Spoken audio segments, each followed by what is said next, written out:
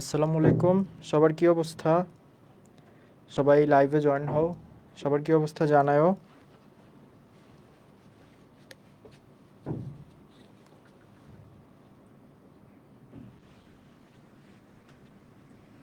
আসসালামু আলাইকুম।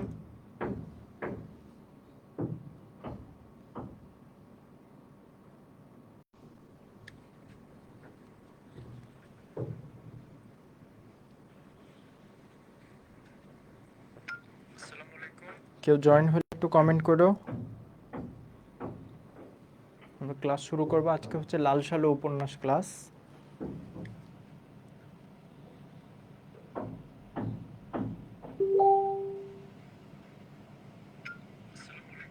কেউ জয়েন হলে একটু কমেন্ট করো। আমরা ক্লাস শুরু করবো। আজকে হচ্ছে লাল সালু উপন্যাস ক্লাস।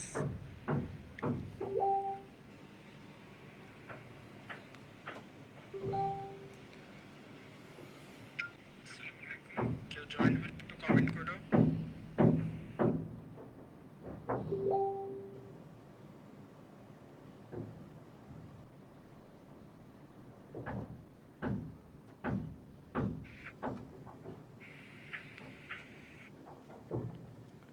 সবার কি অবস্থা?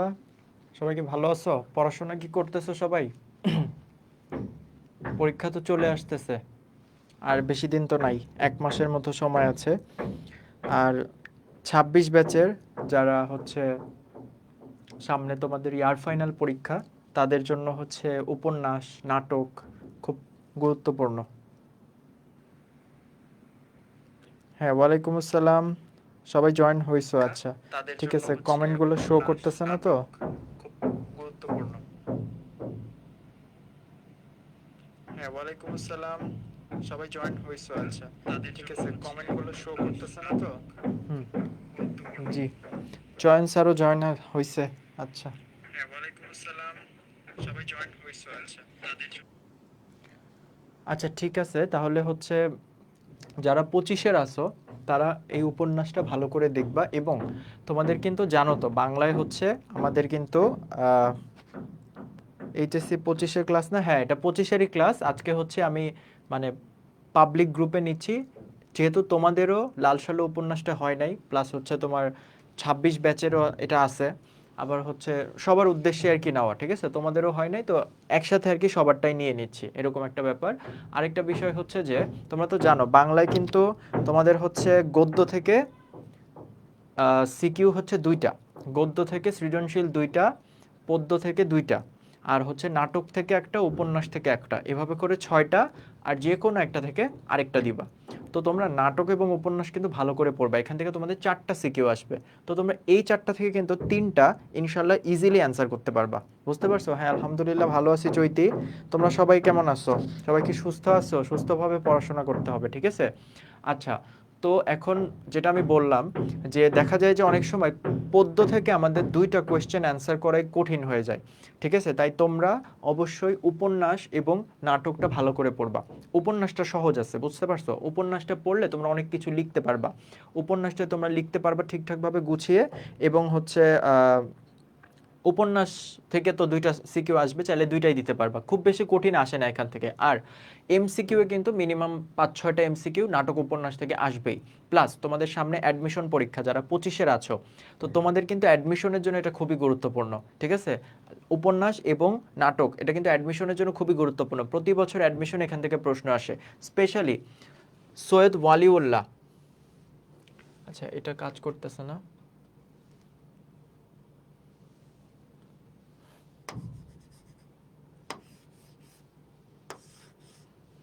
আচ্ছা, পেন কাজ করে না কেন? আজকে পেন কাজ করতেছে না।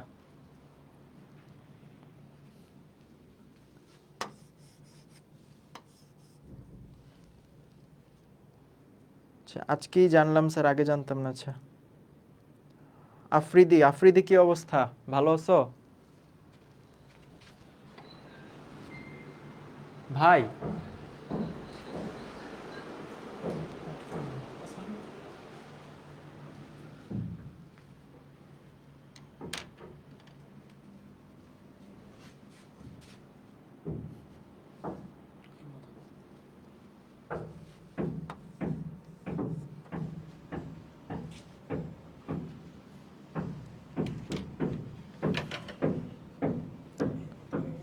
আচ্ছা আলহামদুলিল্লাহ ভালো আছি।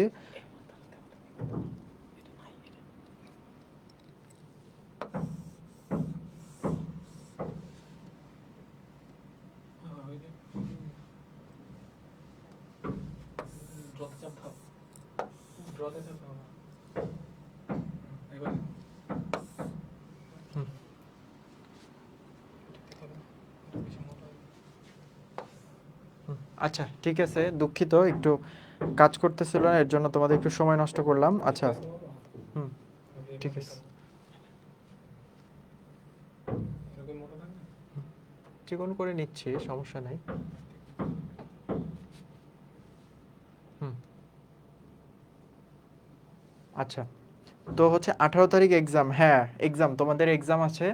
আর হচ্ছে যে হ্যাঁ, লাল সালু ইনশাল্লাহ যতটুকু, লাল সালু ইনশাল্লাহ আমি পড়ায় দিব। আর হচ্ছে তোমরা অবশ্যই বইটা সুন্দর করে রিডিং পড়বা, ঠিক আছে? একটু বিরক্তিকর আমি জানি, একটু বিরক্তিকর, বাট হচ্ছে তোমরা একটু ধরে ধরে পুরোটা একবার অন্তত রিডিং পড়বা, ঠিক আছে? তো একবার রিডিং পড়লে কি হবে, মোটামুটি একটা ভালো ধারণা হয়ে যাবে। আর আজকে ক্লাসের পর তো অবশ্যই ভালো ধারণা হয়ে যাবে। আর হচ্ছে বাংলা কিভাবে কি করব, আচ্ছা এই এসএসসি 26, এইচএসসি 26 না তুমি? আচ্ছা আমি বাংলা কিভাবে কি করব ওটা নিয়ে একটু পরে গাইডলাইন দিব, আগে আমরা পড়াটা শুরু করি, ঠিক আছে? পড়াটা শুরু করি। রিটেনের জন্য গাইডলাইন দিন, হ্যাঁ অবশ্যই রিটেন নিয়েও আমি কথা বলবো। রিটেনে আজকে কিছুটা কথা বলবো। আর তোমাদের বাংলা সেকেন্ড পেপার যারা এইচএসসি 25-এর, তাদের আমি বিস্তারিত একটা পোস্টে সব কিছু বুঝায় দেবো, ঠিক আছে ভাইয়ার? শুক্রবারে গুচ্ছ পরীক্ষা আছে, তো তো পরীক্ষাটা শেষ হওয়ার পর আমি তোমাদেরকে একটা বিস্তারিত পোস্ট দিব। আচ্ছা টেনশন করো না, আমরা ক্লাস তাহলে শুরু করতেছি।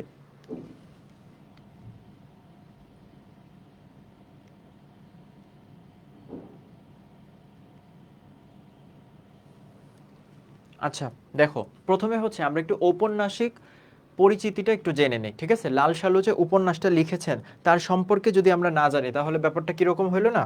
তার সম্পর্কে থেকেও কিন্তু দু একটা প্রশ্ন চলে আসে। এখন লাল সালু কি ধরনের উপন্যাস, এটা কিন্তু বেশ কয়েকবার প্রশ্ন এসেছে। আমাদের যে জ্ঞানমূলক প্রশ্নের উত্তর রয়েছে, সেই জ্ঞানমূলক প্রশ্নে কিন্তু প্রত্যেকবারই প্রায় প্রশ্ন আসে, ঠিক আছে? যে লাল সালু একটি কি ধরনের উপন্যাস। লাল সালু হচ্ছে একটি সামাজিক সমস্যামূলক উপন্যাস, এটা কিন্তু খুবই ইম্পর্টেন্ট, সবাই এটা একটু কিন্তু মনে রাখবা। আচ্ছা থিকনেসটা একটু কমিয়ে নেই, ওকে। এবার এই উপন্যাসটার মূল বাণীটা কি? এই উপন্যাসটা যদি তোমরা, আশা করি এইচএসসি 26-এর যারা আছো তোমরা কি এই উপন্যাসটা পড়ছো? আচ্ছা জি খাওয়া দাওয়া করছি ভাই, আপনি কি খাওয়া দাওয়া করছেন নাকি, আপনার কি অবস্থা জানায়েন। আহ, বিষয়টা হচ্ছে যে এইচএসসি 25-এর যারা আছো আশা করি তোমরা এটা পড়ে ফেলছো এতদিনে। যদি না পড়ে থাকো অবশ্যই পড়বা, ঠিক আছে?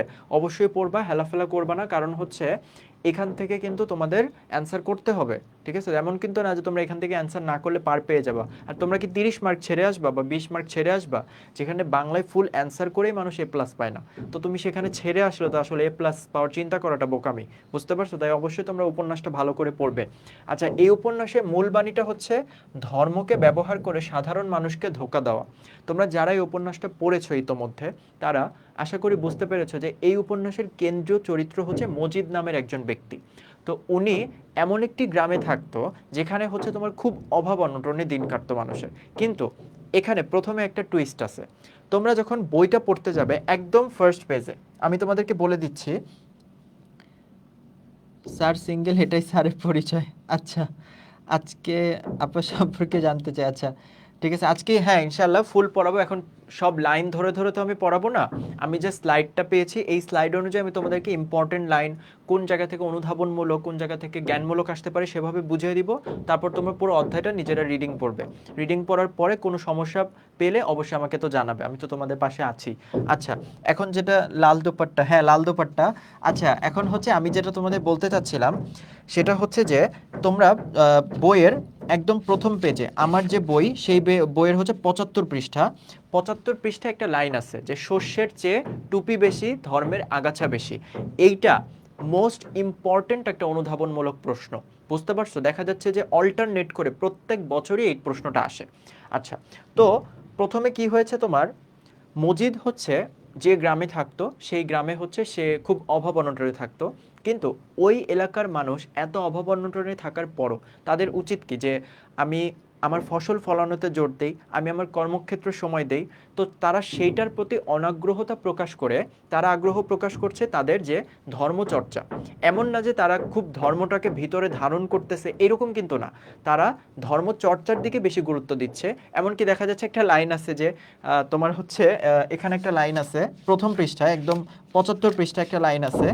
লাইনটা খুব ইন্টারেস্টিং, যে হচ্ছে দেখো, ভোরবেলায় এত মক্তবে ভোরবেলায় এত মক্তবে আর্তনাদ ওঠে যে মনে হয় এটা খোদা তাআলার বিশেষ দেশ। ঠিক আছে, খুবই মানে তোমার তুলনা করে এটাকে ব্যঙ্গাত্মকভাবে উপস্থাপন করেছে আমাদের সামনে ঔপন্যাসিক। সেটা হচ্ছে যে তুমি সেখানে ভোরবেলায় যদি যাও তাহলে বুঝবা যে এখানে সবাই আল্লাহ বিল্লাহ করে, এখানে কোনো খারাপ মানুষ নাই। ঠিক আছে, সবাই এখানে জাস্ট ধর্মচর্চা নিয়েই থাকতেছে, কিন্তু ধর্মের যে বিষয়টা সেটা তো হৃদয়ে ধারণ করতে হবে, সেই ধারণের বিষয়টা কিন্তু নাই। এমনকি এইখানকারই মানুষ মজিদ, সে হচ্ছে এই ধর্মকে পুঁজি করে ধর্ম ব্যবসা করে। ঠিক আছে, ধর্ম ব্যবসা করে সবাইকে নিজের কুক্ষিগত করে নিজের স্বার্থ হাসিল করে। তাহলে ধর্মকে কুক্ষিগত করে স্বার্থ হাসিল করা, এটা তো আমরা ধর্ম থেকে অবশ্যই শিক্ষা পাই না, তাই না? আচ্ছা, আরেকটা লাইন আছে দেখো, এই যে দেখো, ন্যাংটা ছেলেও আমসিপাড়া পড়ে, গলা ফাটিয়ে মৌলবীর বয়স্ক গলাকে ডুবিয়ে সমন্বয়ে চেঁচিয়ে পড়ে। মানে এখানে এমন কোনো মানুষ নাই, মানে তুমি জন্মগ্রহণ করার পর থেকেই তারা ধর্মচর্চায় ব্যস্ত থাকে। তাদের যে অভাব অনটন, তারা যদি কাজ করে তাহলে যে এই অভাবটা ঘুচবে সেই দিকে তাদের আসলে কোনো মনোযোগ নাই। ঠিক আছে, আচ্ছা, এর জন্য এই লাইনটা বলা হয়েছে যে ধর্মের শস্যের চেয়ে টুপি বেশি, ধর্মের আগাছা বেশি। টুপি বেশি মানে কি, যে সবাই হচ্ছে এখানে ধর্মচর্চা করে। আর ছেলেদের তো একটা রীতিনীতি আছে না, যে ছেলেরা হচ্ছে নামাজ পড়ার সময় পাঞ্জাবি পরে, তারপর তারা টুপি পরে, তো এই বিষয়টাকে বুঝেছে যে সবাই টুপি পরে এখানে ধর্মচর্চা করে। কিন্তু ধর্মের আগাছা বেশি, মানে ধর্মচর্চা করলে তার মধ্যে যে মূল্যবোধটা তৈরি হবে, নৈতিকতা তৈরি হবে, সেটা তার মধ্যে নাই। ঠিক আছে, তার মধ্যে আগাছা। আগাছা জিনিসটা তো একটা ফসলের জমির জন্য ভালো না, ঠিক না? আচ্ছা, তোমাদের কমেন্টগুলো না শো করতেছে না, তাই আমাকে বারবার একটু সামনে এসে কমেন্টগুলো দেখতে হচ্ছে। আচ্ছা, স্যারের মতো ভণ্ড ছিলেন আমাদের নাটকীয় মজিদ। আচ্ছা, না সাইফুল স্যার তো ভণ্ড না। সাইফুল স্যার কি ভণ্ড নাকি? আচ্ছা, তো আশা করি এই লাইনটা তোমরা বুঝতে পারছো। তো তারপরে সে হচ্ছে মহব্বতনগর নামক একটা গ্রাম, সেই গ্রামে হচ্ছে সে নাটকীয়ভাবে প্রবেশ করে। তো প্রবেশ করার পরে কি হয়? স্যার হাসেন কেন? তে হাসি পেলে হাসবো না? হাসাহাসি করা তো ভালো। হাসি, হাসি, কান্না, দুঃখ, বেদনা, সুখ, এগুলো নিয়েই তো জীবন, ঠিক না? আচ্ছা, খুব হাসতে হবে জীবনে। আচ্ছা, এখন যে বিষয়টা আমি বলতেছি সেটা হচ্ছে যে মহব্বতনগর গ্রামে যখন মজিদ প্রবেশ করে, আমি তোমাদেরকে একটু সামারি করে পুরো কাহিনীটা একটু বোঝানোর চেষ্টা করতেছি। তো মহব্বতনগরে প্রবেশ করার পরে সে হচ্ছে এই ধর্মকে পুঁজি করে। সে দেখে যে একটা জায়গায় একটা পুরনো কোনো একটা মানুষের কবর রয়েছে। তো সে ভাবলো, ফোন দিয়ে আটলো যে এখানকার মানুষ তো খুব সহজ সরল, তো তাদেরকে যদি আমি ভুলিয়ে ভালিয়ে, এখানে হচ্ছে একটা মাজার আছে, মোদাস্সের, মোদাস্সের নামক একজন পীর। ঠিক আছে, মোদাস্সেরের কিন্তু কোনো অর্থ নাই, মোদাস্সের মানে নাম না জানা। সে নিজে কল্পনা করে এই নামটা বানিয়েছে যে মোদাস্সের পীরের এটা মাজার। তো সেখানে মাজার করার পর তার উপর হচ্ছে লাল কাপড় দিয়ে মাজারটাকে হচ্ছে তোমার এই কবরটাকে আচ্ছাদিত করা হয়। দেখবা যে তোমরা যদি কখনো মাজারে গিয়ে থাকো, সেখানে দেখবা যে কবরটাকে একটা কাপড় দিয়ে আচ্ছাদিত করা হয়, সবুজ রঙের বা কালো রঙের বা লাল রঙের। ওইখান থেকে এই উপন্যাসটার নাম হয়েছে লাল সালু। বুঝতে পারছো? লাল রঙের কাপড় দিয়ে ওই কবরটাকে আচ্ছাদিত করে দেওয়া হয়।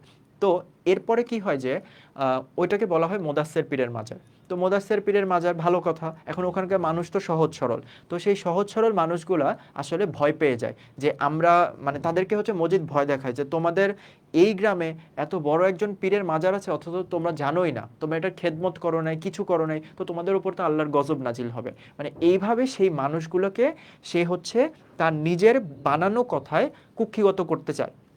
এবং গ্রামের মানুষ সহজ সরল, এমনকি এখনো স্টিল অনেক কুসংস্কার বিদ্যমান। তুমি যদি তোমাদের গ্রামে যাও, আমি আমার গ্রামে গেলেও মাঝে মাঝে এই জিনিসটা পরিলক্ষিত হয়। ঠিক আছে, আমার গ্রামে গেলেও আমি এটা দেখতে পাই যে মানুষ হচ্ছে এখনো স্টিল অনেক মানে ধর্মান্ধ। তারা আসল ধর্ম কোনটা, কিংবা কতটুকু আমাদের পালন করা উচিত, নিজের বিবেক খাটিয়ে সেটা করা উচিত, সেটা তাদের মধ্যে নাই। তারা এখনো স্টিল হচ্ছে তোমার এই ধর্মান্ধ টাইপের, যে যা বলে সেটাই বিশ্বাস করে নেয়। আর যদি কোনো একটা মানে তোমার যে হচ্ছে আরবি টারবি পড়ে, বা হচ্ছে যে হচ্ছে মসজিদের মৌলভী, তাদের কথা যদি হয় তাহলে তো কথাই নেই। তাদের কথা একদম মানে এক পায়ে খাড়া বিশ্বাস করার জন্য। তো তারপরে সে হচ্ছে এভাবে বলে সবার মানে মনটাকে নিজের দিকে নিয়ন্ত্রণ করতে থাকে, সে যা বলে সবাই তাই করে। মাজারে হচ্ছে প্রত্যেকে টাকা পয়সা দেয়, মাজারে খেদমত করে, এভাবে কি হয় মজিদ সেই টাকা পয়সাগুলোকে হচ্ছে নিজে নেয়, নিজে নিয়ে সে জমি কিনে বাড়ি করে, মানে একদম বিলাসবহুল একটা জীবন যেটাকে বলে, সেভাবে সে জীবনযাপন করতে থাকে। ওই গ্রামের একটা প্রতিনিধিত্বমূলক, মানে এই উপন্যাসটা পড়লে দেখবা যে ওই গ্রামের একজন প্রতিনিধিত্বমূলক তোমার হচ্ছে বলে না ওই যে গ্রামে যে তোমার যে পঞ্চায়েত বসায় সেখানে যে বিচার করে, সেরকম একজন মানুষ হচ্ছে খালেক ব্যাপারী। তো খালেক ব্যাপারী কিন্তু সকল তোমার বিচার বা হচ্ছে তোমার সালিশি এই সকল কাজকর্মে সে হচ্ছে থাকে। তো মজিদ কি করে, তাকেও মানে হচ্ছে ভুলায়া ভালায়, মানে তার দায়িত্বটা সে নিয়ে নেয়, যে যে কোনো কিছু হইলে মজিদের কাছে সবাই যাবে, মজিদ যে ফতোয়া দিবে সেটাই করবে। এমনকি তোমার হচ্ছে আওয়ালপুরের পীরের কাছ থেকে পানি পড়া খাইতে চায় এই খালেক ব্যাপারীর হচ্ছে স্ত্রী আমেনা বেগম।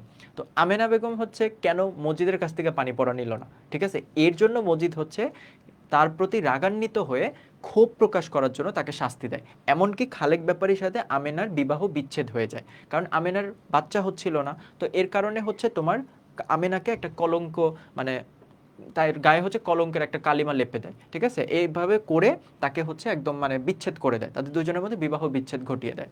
তো তারপরে কি হলো যে বিবাহ বিচ্ছেদ ঘটলো, তার মানে কি দেখো খালেক ব্যাপারীকে নিয়ন্ত্রণও কিন্তু মজিদি করতেছে, মজিদি হচ্ছে ওই গ্রামের সবকিছু নিয়ন্ত্রণ করতেছে, বুঝতে পারছো, মজিদ হচ্ছে ওই গ্রামের সবকিছুকে নিয়ন্ত্রণ করতেছে, সবাই তার কথায় উঠে এবং বসে, এরকম একটা বিষয়। আচ্ছা, তারপরে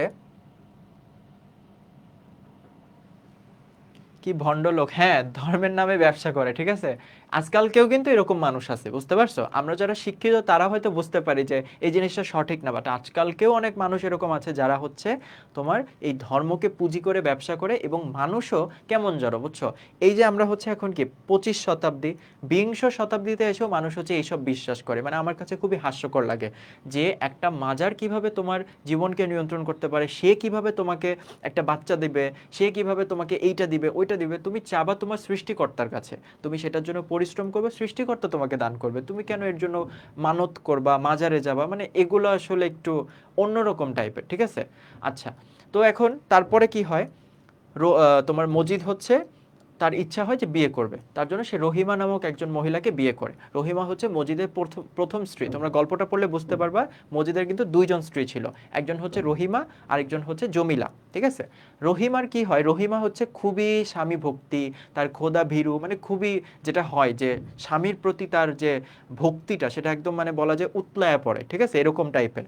তো সে হচ্ছে স্বামীর প্রতি খুব ভক্ত, স্বামী যা বলবে তাই করবে। আবার স্বামী যেহেতু হচ্ছে এই মাজারের তদারকি করে, তার মানে তার মধ্যে একটা আধ্যাত্মিক শক্তি আছে, সে হচ্ছে সৃষ্টিকর্তার খুব কাছাকাছি, এরকম একটা বিশ্বাস হচ্ছে ওই রহিমার মধ্যে কাজ করে, যার কারণে সে হচ্ছে মজিদের এই যে ভণ্ডামিগুলো সেটাকে প্রশ্রয় দেয়, বুঝতে পারছো, সে যে তাকে বাধা দিবে কিংবা সে যে হচ্ছে এই জিনিসটা খারাপ সেটা তাকে বুঝাবে, এটা কিন্তু করে না। তো তারপরে কি হয়, সে হচ্ছে মজিদের একসময় ইচ্ছা হয় যে সে বাচ্চা নিবে, তার যে এই যে ধারাবাহিকতা এটা কি বজায় রাখতে হবে না, মজিদ তার সারা জীবন বেঁচে থাকবে না, বাট তার যে বংশানুক্রমে যে বংশানুধারা সেটা যদি সে রেখে যেতে পারে, তার কোনো বাচ্চাকে রেখে যেতে পারে, তাহলে সেই ধারাটা বজায় রাখবে। এইভাবেই তো চলে, ধর্ম ব্যবসাগুলো তো এইভাবেই চলে। তো সে কি করে, যে বাচ্চা নিবে বলে সে হচ্ছে খুব ছোট বয়সে একটা মেয়েকে বিয়ে করে, সে হচ্ছে জমিলা, ঠিক আছে। কিন্তু জমিলা তো ছোট বয়সী মেয়ে, কিশোর বয়সী মেয়ে, সে তো আর এইসব বিশ্বাস করবে না, ঠিক আছে, সে তো এইসব বিশ্বাস করবে না, এবং সে হচ্ছে মজিদের ভণ্ডামিগুলো কিন্তু বুঝতে পারে। মানে তোমার সে তো এক কথা হচ্ছে অপরিপক্ক ছিলই, তার চিন্তা ভাবনা অপরিপক্ক ছিলই, পাশাপাশি সে কিন্তু মসজিদের কোনো কথাও পাত্তা দিত না, এমনকি এই যে যে তোমার ভণ্ডামির যে বিষয়গুলো সেটাও কোনো পাত্তা দিত না, মানে তার মধ্যে স্বামী ভক্তিও ছিল না, খোদা ভীরুতাও ছিল না, বুঝতে পারছো, এরকম একটা ব্যাপার। এমনকি তোমার সে হচ্ছে কোনো একটা কারণে ঝামেলা হয়েছিল, এর কারণে হচ্ছে মসজিদের মুখে পুরো থুতু নিক্ষেপ করে দিয়েছে, ঠিক আছে। আচ্ছা, তো মজিদ কিন্তু গ্রামে অনেক উন্নয়নমূলক কার্যক্রমে বাধা দেয়, যেমন আক্কাস আলী নামে একজন ব্যক্তি মজিদ ওই গ্রামে হচ্ছে একটা স্কুল প্রতিষ্ঠা করতে চায়। একটা স্কুল যদি প্রতিষ্ঠা হয় সেখানে মানুষ শিক্ষিত হবে, মানুষ যদি শিক্ষিত হয় তাহলেই তো মজিদের সমস্যা। মজিদ তখন কি তার এই ধর্ম ব্যবসাটাকে কিন্তু কি করতে পারবে না, আর বেশি দিন স্থায়ী করতে পারবে না, কিন্তু পরে আক্কাসকে হচ্ছে নানাভাবে নানান উপায়ে তাকে হচ্ছে অপদস্থ করে, এবং পরবর্তীতে স্কুল প্রতিষ্ঠা হয় না এবং আক্কাস আলীকে সেখান থেকে চলে যেতে হয়।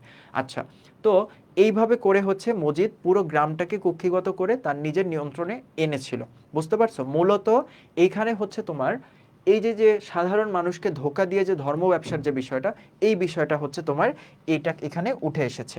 আচ্ছা, তোমরা কি সবাই আসো ক্লাসে? বোরিং লাগতেছে নাকি ক্লাসটা?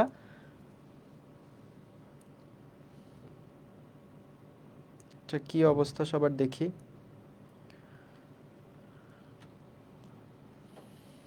আচ্ছা, সবার কমেন্টে রিপ্লাই দিব, সমস্যা নাই।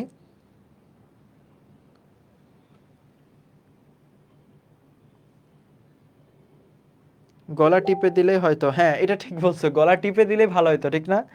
রহিমা হচ্ছে, আসলেই রহিমা তো কিছুই করতো না। রহিমা যদি তখন, যেহেতু সে বড় বিবি ছিল। আচ্ছা, আরেকটা যে বিষয় আমি বলতে ভুলে গেছি, রহিমার মধ্যে কিন্তু একটা ভালো গুণ আছে। সেটা হচ্ছে তার মধ্যে কিন্তু একটা মাতৃসুলভ, একটা মেয়ের মধ্যে যে নারী সুলভ মাতৃসুলভ যে ব্যাপারগুলো থাকে, সেটা কিন্তু তোমার রহিমার মধ্যে ছিল।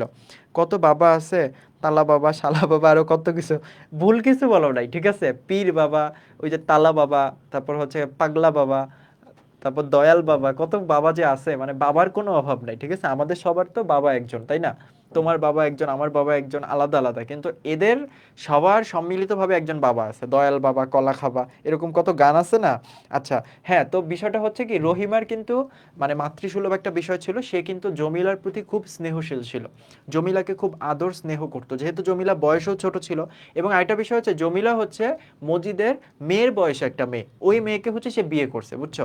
আজকালকে যেমন হয় না, ওই যে সরকারি চাকরি থাকলে মাথায় চুল না থাকুক, ছেলের টাকা আছে, তার সাথে আমার মেয়েকে বিয়ে দিতেই হবে, এরকম একটা ব্যাপার ঘটছে, বুঝছো? আচ্ছা, আর হচ্ছে হ্যাঁ, গলা টিপে দিলে ভালো হতো, তাহলে এত বড় উপন্যাস আর পড়তে হতো না। আমি তো একটা পোস্ট করছিলাম, তাই না, যে এত বড় একটা উপন্যাস যদি রহিমা মজিদের গলাটা টিপে দিত, তাহলে উপন্যাসটা হয়ে যেত এতটুকু, ঠিক না? আচ্ছা, তো হচ্ছে বিংশ শতাব্দী মানে কি? বিংশ শতাব্দী মানে হচ্ছে এই যে, বিংশ শতাব্দী মানে এই যে 2000 সাল, 2000 সালের পরের থেকে যে শতাব্দীগুলো চলতেছে। আচ্ছা, আর কি কারো কোনো প্রশ্ন আছে এখানে? জমিলা তো ভাবছিল ওনার শ্বশুর মশাই আছে মনে হয়। আচ্ছা, হ্যাঁ ঠিক, জমিলা এটাই ভাবছে, এটাই ভাবার কথা, যে এত ছোট বয়সে বিয়ে দিছে তার, এটা তো শ্বশুর মশাই হবে, কিন্তু এই শ্বশুর মশাই হচ্ছে তার জামাই, ঠিক আছে? আচ্ছা, খুব মজার আছে, ঠিক আছে? উপন্যাসটা পড়লে তোমরা হতাশ হবে না, উপন্যাসটা খুবই ইন্টারেস্টিং, পড়তে খুব মজা লাগবে।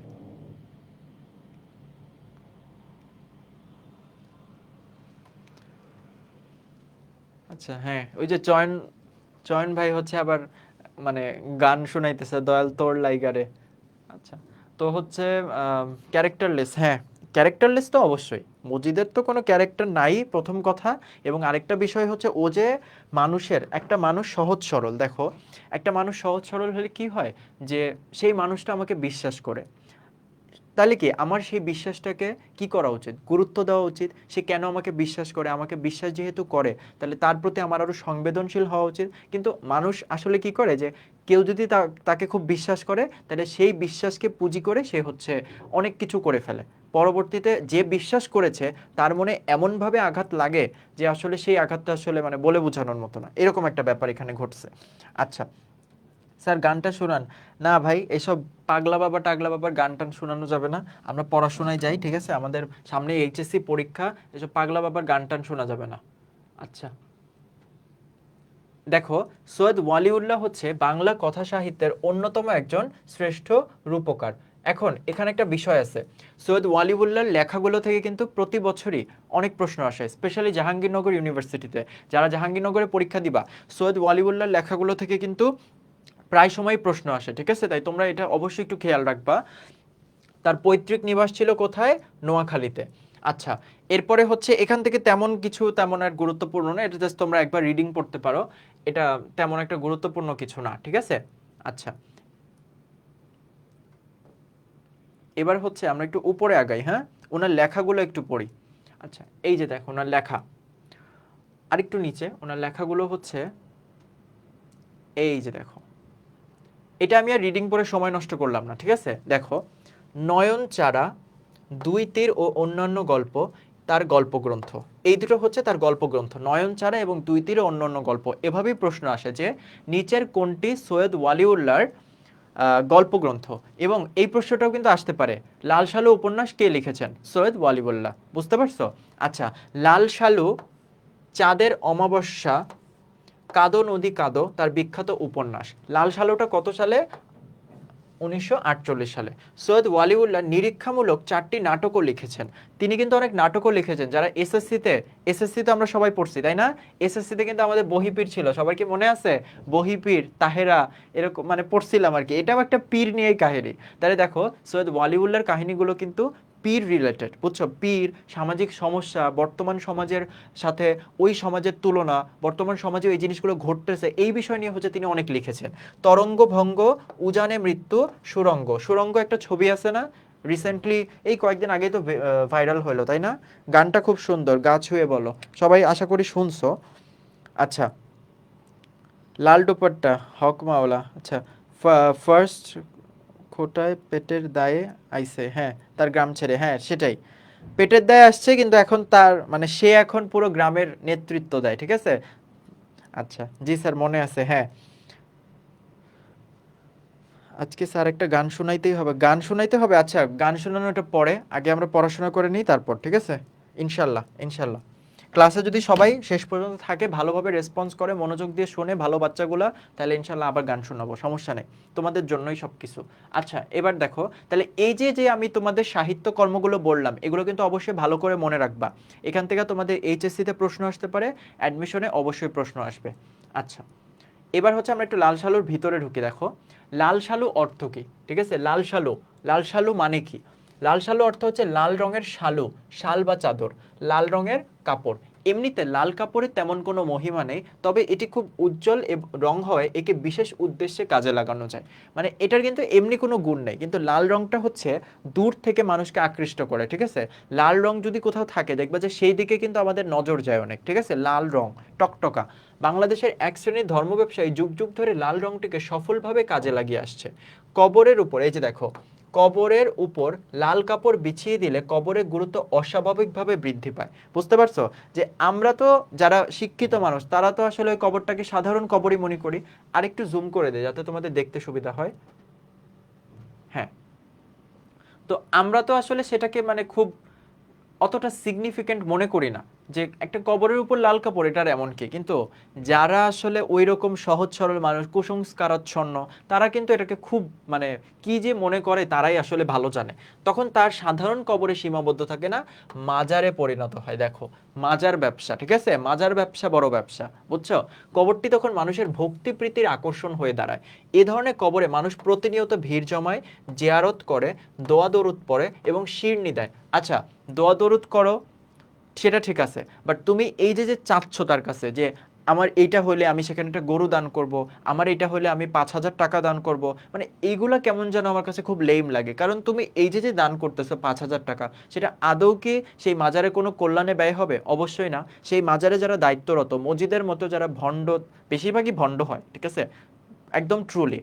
তো যারা ভণ্ড এসবের দায়িত্বে, তারা কি এই টাকাটা ভাগ বাটোয়ারা করে তারা নিজেরা হচ্ছে নিজেদের সম্পদ বাড়াবে, তোমার আমার কিন্তু একটুও লাভ হবে না। বুঝতে পারছো? তো টাকা পয়সা দেয়, এভাবে মাজারটি হয়ে দাঁড়ায় পরলোক চর্চার কেন্দ্রবিন্দু। মানে আমরা কি মনে করি, মাজারে যে আমরা যদি টাকা পয়সা দেই, মাজারে যদি আমি মানত করি, তাহলে আমি পরকালে বেহেস্ত পেয়ে যাব। আর এই বেহেস্ত পাওয়া যদি এতই সহজ হতো, তাহলে তো যারা মাজারে যেতেছে সবাই বেহেস্তবাসী হয়ে যেত, ঠিক না? তাহলে তো আমার এত কিছু করার দরকার পড়তো না। এই মাজার বাংলাদেশে দেখো লোকজীবনে অসামান্য প্রভাব ফেলে, ঠিক আছে? সামাজিক সমস্যা, এটা ওয়ান অফ বিগেস্ট একটা সামাজিক সমস্যা বাংলাদেশের। এইসব এই বাংলাদেশের অ্যাটলিস্ট, বাংলাদেশ, ইন্ডিয়া, এই টাইপের যে কান্ট্রিগুলো রয়েছে, সেখানে কিন্তু এই মাজার ব্যবসা, তারপরে যে এই মানে যা যা আছে আমরা তো জানি, কুসংস্কারাচ্ছন্ন খুবই খুবই বাজে অবস্থা। এখানেই লাল সালু নামকরণের তাৎপর্য ইঙ্গিতময় হয়ে ওঠে। দেখো, এর সাথে পীর ফকিরদের সম্পর্ক অত্যন্ত নিবিড়। মাজার মানে সেখানে পীর ফকিরের সম্পর্ক, আর পীর আউলিয়ারা তো আছেই, খুব বড় মাপের মানুষ মনে করি, তারা না জানি কি না কি এরকমই তো মনে করি আমরা, তাই না? আচ্ছা, এবার দেখো, লাল সালু সৈয়দ ওয়ালিউল্লাহ রচিত একটি উপন্যাস। এখানের এখানের লাইনগুলো কিন্তু ইম্পর্টেন্ট। এই 5টা লাইন একটু কষ্ট করে তোমাদের মনে রাখতে হবে, ঠিক আছে? এখান থেকে কিন্তু প্রশ্ন আসে। দেখো, প্রথম কথা হচ্ছে এটি প্রথম প্রকাশিত হয় কবে, মোস্ট ইম্পর্টেন্ট।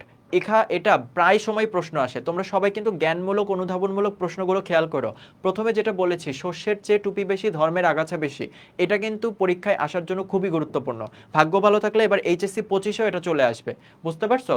এটি বাংলা সাহিত্যের একটি ধ্রুপদী সৃষ্টি। সৈয়দ ওয়ালিউল্লাহর এই উপন্যাসের জন্য বাংলা একাডেমি পুরস্কার পান। এইটা দেখো, লাল সালুর ফরাসি অনুবাদের নাম হচ্ছে লি আরবার সেন্স রেসিন্স। অনুবাদ করেছিলেন কে? ওয়ালিউল্লাহ সহধর্মিণী অ্যান মারি থিবো।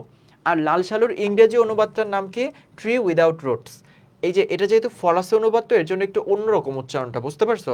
আর অনুবাদটি প্রকাশ করে লন্ডনের চ্যাট্টো অ্যান্ড উইন্ডাস লিমিটেড 1967 সালে। লাল সালু উপন্যাসকে অভিহিত করা হয় দেখো বহুমাত্রিক ও কালোত্তীর্ণ উপন্যাস হিসেবে। এই উপন্যাসের প্রধান উপাদান হচ্ছে সমাজ বাস্তবতা। আমাদের সমাজের বাস্তব একটা উদাহরণ, বাস্তব একটা চিত্র এই উপন্যাসে চিত্রায়িত হয়েছে। আশা করি সবাই বুঝতে পারছো। এইটুকু কিন্তু খুবই ইম্পর্টেন্ট। আমি যখন তোমাদের স্লাইড দিব, সবাই এই জায়গাটা কিন্তু ভালো করে দেখে নিবা, ঠিক আছে? এই জায়গাটা কিন্তু প্রশ্ন আসার জন্য খুবই খুবই ইম্পর্টেন্ট।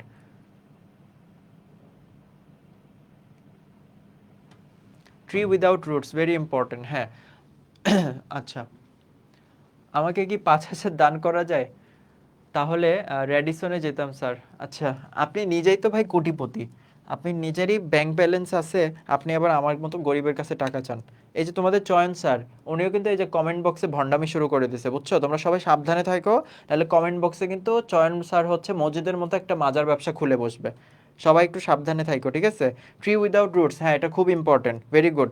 আচ্ছা, তোমরা কিন্তু অবশ্যই অধ্যায়টা পড়া শেষে বিগত বছরের বোর্ড প্রশ্নগুলো করবা। বিগত বছরের বোর্ড প্রশ্নগুলো করলে ইনশাল্লাহ শতভাগ তোমরা পরীক্ষায় কমন পাবা, ঠিক আছে? আচ্ছা, ভণ্ড নাম্বার 1, ওরে গণপিটুনি দিয়ে মারা উচিত। আচ্ছা, বিশ্বাস করবা কিনা, আমি যখন এটা পড়ছি আমার মনে মনে অনেক রাগ হয়েছে, বুঝছো? এই মজিদের কাহিনী শুনে এত রাগ উঠছে, আমি যদি সেই কালে থাকতাম আমি হয়তো মজিদরে মাইরে ফেলাইতাম। কিন্তু এখন মজিদরে যদি মারতে যাই, মজিদরে যদি মারতে যাই, ওর আশেপাশে যে মানুষ আছে তারা তো মজিদের একবারে ভক্ত, তারা আবার আমারে মাইরা ফেলাইতো। বুঝতে পারছো ব্যাপারটা আর কি এইরকম। আচ্ছা, তো এখন তাহলে আমরা নেক্সট পেজে গেলাম, ঠিক আছে? আমরা তাহলে নেক্সট পেজে যাই।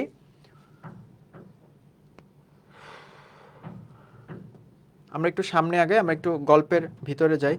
দাগানো স্লাইডটা দিয়েন। আচ্ছা, দাগানো স্লাইডটা দিব। আচ্ছা ঠিক আছে, আমি চেষ্টা করবো নি, সমস্যা নাই।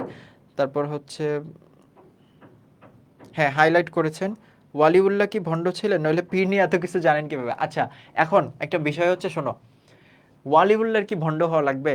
তুমি তো, চয়ন স্যার যে বলেছে, ঠিক আছে, গা ছুঁয়ে বলো, হ্যাঁ গা ছুঁয়ে বলো গানটা খুব সুন্দর, ঠিক আছে? এখানকার যে সিঙ্গার সে আমার খুব পছন্দের, এর জন্য হচ্ছে আমার খুব পছন্দের গানটা, সুন্দর হয়েছে গানটা।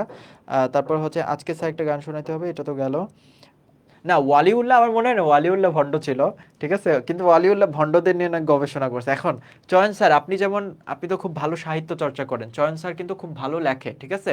তোমার চয়ন স্যারকে চয়ন স্যার যখন ক্লাস নেবে না, তোমার চয়ন স্যারকে একটা কবিতা আবৃত্তি করে শোনাইতে বলবা।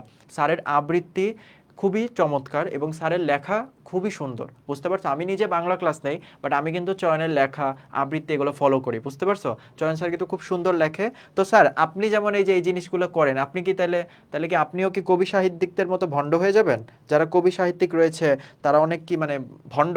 তো অনেকে তো আছে, অনেক কবি সাহিত্যিকে তো ভণ্ড আছে, তাই না? তো আপনিও কি তাদের মতো ভণ্ড নাকি? আপনার কাছেও প্রশ্ন আমি পাল্টা করে গেলাম। আচ্ছা, তাহলে আমরা এখন মেইন জায়গাটাই ঢুকতেছি, ঠিক আছে? দেখো, এর মূল বিষয় গ্রাম বাংলায় মানুষের অশিক্ষা, কুশিক্ষা এবং ধর্মীয় ভণ্ডামির চিত্র। অর্থাৎ গ্রামীণ সমাজের সাধারণ মানুষের সরলতাকে কেন্দ্র করে ধর্মকে ব্যবসার একটি নগ্ন চিত্র।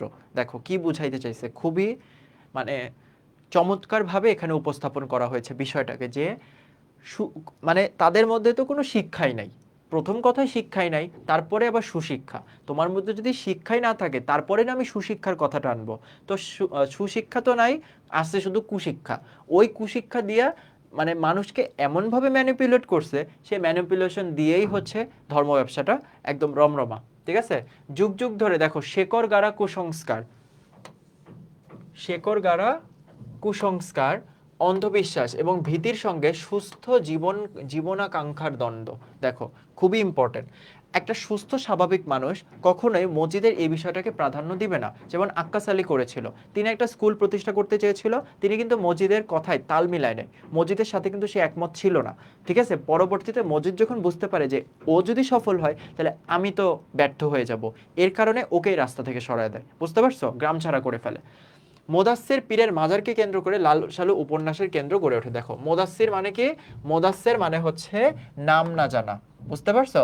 নাম না, নাম না জানা।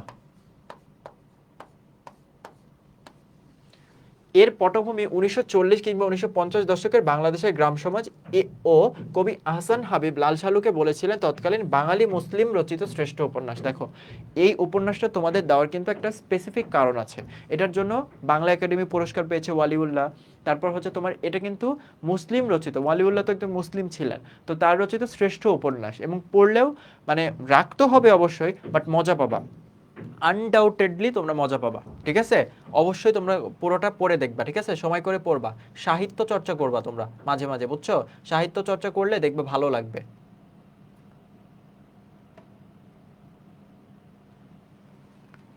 আমি ভণ্ডামি নিয়ে গবেষণা করি না স্যার, না না একদমই পাম দিতেছি না, চয়নকে পাম দিতেছি না। চয়ন লিটারেলি ভালো কবিতা বলে, ভালো লেখে।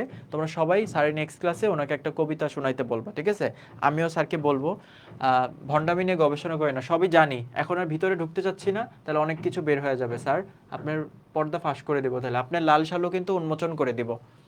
চলচ্চিত্র রূপ 2001 সালে, দেখো। আচ্ছা আরেকটা ভালো কথা, লাল সালু কিন্তু একটা উপন্যাস, মানে এই উপন্যাস নিয়ে কিন্তু চলচ্চিত্র বের হয়েছে। আমি যখন কলেজে পড়ি, আমার কলেজ লাইফে আমাদের বাংলা টিচার হচ্ছে এই ছবিটা আমাদেরকে দেখিয়েছিলেন, বুঝছো, আমাদের যে স্মার্ট বোর্ড ছিল সেখানে হচ্ছে ল্যাপটপ কানেকশন দিয়ে আমাদের দেখিয়েছিলেন, আমি ছবিটা দেখছিলাম। তো ভালো, ছবিটা সুন্দর আছে, এবং সেখানে এমনভাবে সাজানো হয়েছে, মানে তোমার তো রাগ উঠবে আর মাঝে মাঝে অনেক হাসবা সেই ছবিতে কথাগুলো, এই যে লাল সালু যখন পড়বা দেখবে এখানে কিছু মানে কেমন যেন কথাবার্তা বলছে না, সেই কথাগুলো পড়লে দেখবে তুমি নিজে নিজেই হাসবা। আর তুমি যদি একটা লাইভ চলচ্চিত্র দেখো তাহলে তো অবশ্যই সেটা তোমার জন্য বেটার। তোমরা যদি সময় পাও লাল সালু চলচ্চিত্রটা দেখে ফেলো, খুব মজা পাবা। আচ্ছা দেখো, 2001 সালে তানভীর মোকাম্মেল, তানভীর মোকাম্মেল হচ্ছে খুবই জনপ্রিয় একজন চলচ্চিত্র পরিচালক, বুঝতে পারছো, এই চলচ্চিত্র রূপ লাভ করে। এতে মজিদ চরিত্রে অভিনয় করেন কে? রাইসুল ইসলাম আসাদ। 2001 সালে চলচ্চিত্রটি শ্রেষ্ঠ চলচ্চিত্র, 2001 সালে দুঃখিত, 8টি জাতীয় চলচ্চিত্র পুরস্কার অর্জন করে। দেখো এই জায়গাটা কিন্তু একটু মনে রাখবা, ঠিক আছে, এই জায়গাটা কিন্তু তোমাদের জন্য ইম্পর্টেন্ট। হয়তো এইচএসসিতে প্রশ্ন আসবে না, বাট তোমাদের অ্যাডমিশনে কিন্তু এই রিলেটেড প্রশ্ন আসতে পারে। যারা তোমরা তো সবাই আর্টসের, ঠিক আছে, কমার্সের যারা আর্টসে পরীক্ষা দিবা তাদের কিন্তু চলচ্চিত্র থেকে প্রশ্ন আসে, ঠিক আছে, তোমাদের কিন্তু চলচ্চিত্র, তারপরে যে চারুকলা রিলেটেড এরকম দুই একটা প্রশ্ন চলে আসে, তাই তোমরা এটা মনে রাখলে কিন্তু তোমাদের জন্য একটা উপকার হবে।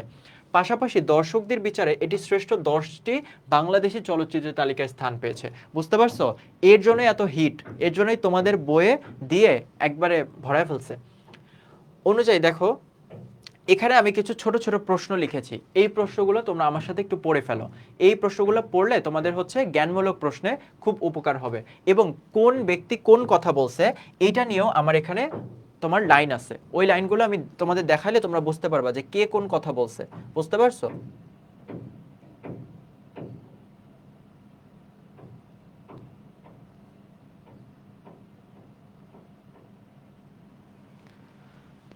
আচ্ছা দেখো, লাল সালু উপন্যাস অনুযায়ী কি না হলে বিদেশে এক পাও চলে না? বদনা, ঠিক আছে, এইটা।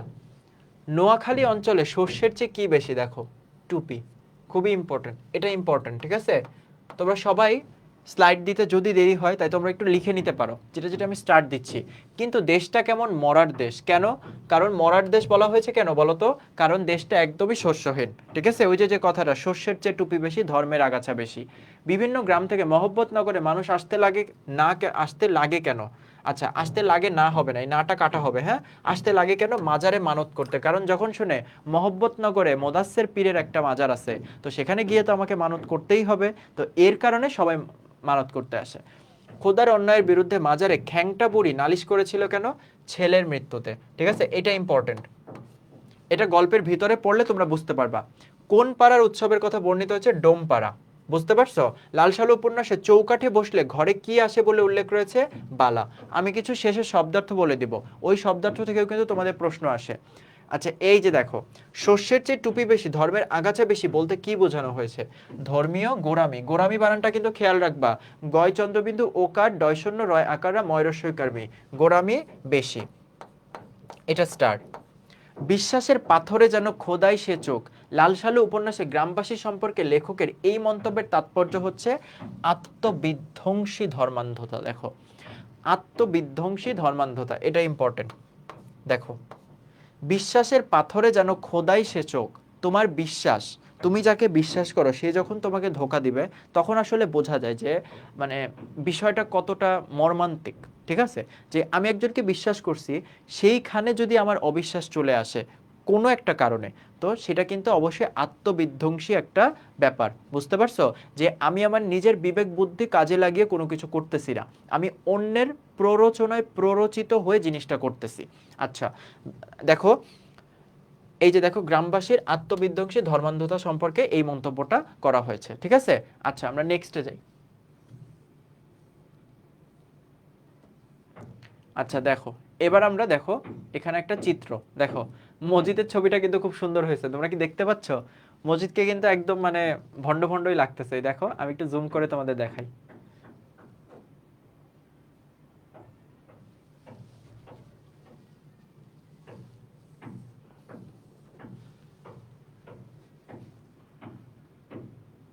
এই যে দেখো, এইটা হচ্ছে মসজিদ। ঠিক আছে, একদম মানে একটা পীর যেরকম হয়, ঠিক আছে, ওইরকম দেখা যাচ্ছে, তাই না? খুবই মজার, মানে খুবই মজার হচ্ছে তোমার চিত্রগুলা দিছে। এই যে এখানে একজন মহিলার ছবি দিছে আমেনা, তারপর হচ্ছে এইদিকে রহিমা, তারপর হচ্ছে এমনি জাস্ট হচ্ছে তোমাদের ছবি আর মাধ্যমে আর কি বুঝাইছে, বুঝছো? কিন্তু মসজিদের ছবিটা খুব সুন্দর হয়েছে, আমার কাছে খুব ভালো লাগছে। আচ্ছা এখন দেখো এখানে তাহলে আরেকটু ছোট করে দেই যাতে তোমরা জিনিসটা দেখতে পারো। দেখো, তোমরা কি কেউ কোনো কিছু জানতে চাচ্ছ? আমি তো ওই যে এখানে কমেন্টগুলো শো করতেছে না, বুঝতে পারছো? বারবার আসলে তোমাদের মানে ওখানে গিয়ে বারবার ইয়া করা, এটা বিরক্তিকর। তোমরা কি কিছু জানার জন্য প্রশ্ন করছো কেউ? মানে ওখানে গিয়ে বারবার ইয়া করা। হ্যাঁ, কঠিন, কঠিন যাওরা ছিল, খালি যাওরা না, কঠিন যাওরা একবারে। ঠিক আছে, ভুল কিছু বলো নাই, একবারে সেই নাইস অ্যান্ড অ্যাট্রাকটিভ ছিল পুরো। দেখো মজিদ মিথ্যাবাদী, স্বার্থপর, ভণ্ড, তারপর হচ্ছে তোমার সবই মজিদ। বুঝতে পারছো? এই যে মিথ্যাবাদী, স্বার্থপর, ভণ্ড, যত ব্যাড ওয়ার্ড আছে সব হচ্ছে মজিদ। বুঝতে পারছো? রহিমা ধর্মভীরু, স্বামীভীরু, এবং তার হচ্ছে খুব বিশ্বাস, স্বামীর প্রতি খুব বিশ্বাস। ঠিক আছে, বিয়ের পর যেটা হয় একটা মেয়ে তার স্বামীর প্রতি অবিডিয়েন্ট থাকে, সেই বিষয়টা এখানে ঘটছে। আর এই যে জমিলা, দেখো জমিলা হচ্ছে খুব চঞ্চলতা আছে তার মধ্যে, আর হচ্ছে সন্তান বাৎসল্য। সন্তান বাৎসল্য মানে বুঝাইছে যে সে হচ্ছে মজিদের সন্তানের সমান। বুঝতে পারছো? সেই রকম একটা মেয়েকে বিয়ে করছে। আর জমিলা কিন্তু খুব স্বাধীন চেতা। বুঝতে পারছো? জমিলা কিন্তু খুব স্বাধীন চেতা, প্রতিবাদী একজন নারী। ঠিক আছে, এর জন্য কিন্তু মজিদের মুখে থুতু দিছিল। আচ্ছা ওই ছবিটা দেখলে তোমরা বুঝতে পারবে, ওখানে কিন্তু এই সিনটা আছে। বুঝতে পারছো? আচ্ছা এরপর হচ্ছে আমেনা হচ্ছে সন্তান আকাঙ্ক্ষা, আমেনার মধ্যে খুব স্বামী ভক্তি আছে, এবং আমেনা হচ্ছে অসহায়। দেখো আমেনা অসহায় কেন? কারণ তার স্বামী খালেক ব্যাপারী, সে কিন্তু মজিদের কথায় প্ররোচিত হয়ে তাকে তালাক দিয়ে দেয়, একটাবারও কিন্তু চিন্তা করে না এই বিষয়টা। বুঝতে পারছো?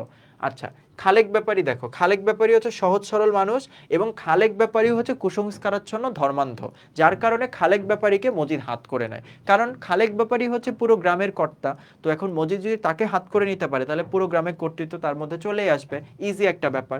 আচ্ছা দেখো, এবার দেখো মজিদের কেন্দ্রীয় চরিত্র, মজিদ হচ্ছে এই উপন্যাসের কেন্দ্রীয় চরিত্র। এবং দেখো তার রহিমা, রহিমা হচ্ছে তার প্রথম স্ত্রী, এবং জমিলা হচ্ছে মজিদের দ্বিতীয় স্ত্রী। লাল সালু উপন্যাসের মূল বা কেন্দ্রীয় চরিত্র হচ্ছে মজিদ। এইখান থেকেও প্রশ্ন আসে, বুঝতে পারছো? খুব বেশি কঠিন প্রশ্ন আসে না আসলে, যে লাল সালু উপন্যাসের কেন্দ্রীয় চরিত্রকে মজিদ। এরপর কি বলছে? মজিদ কুসংস্কার, শঠতা, প্রতারণা এবং অন্ধবিশ্বাসের প্রতীকী চিত্র। মানে আমি যেটা বললাম, যত ব্যাড ওয়ার্ড আছে সব হচ্ছে মজিদ। ভণ্ড, স্বার্থপর, শঠতা, কুসংস্কার, প্রতারণা, অন্ধবিশ্বাস, এভরিথিং।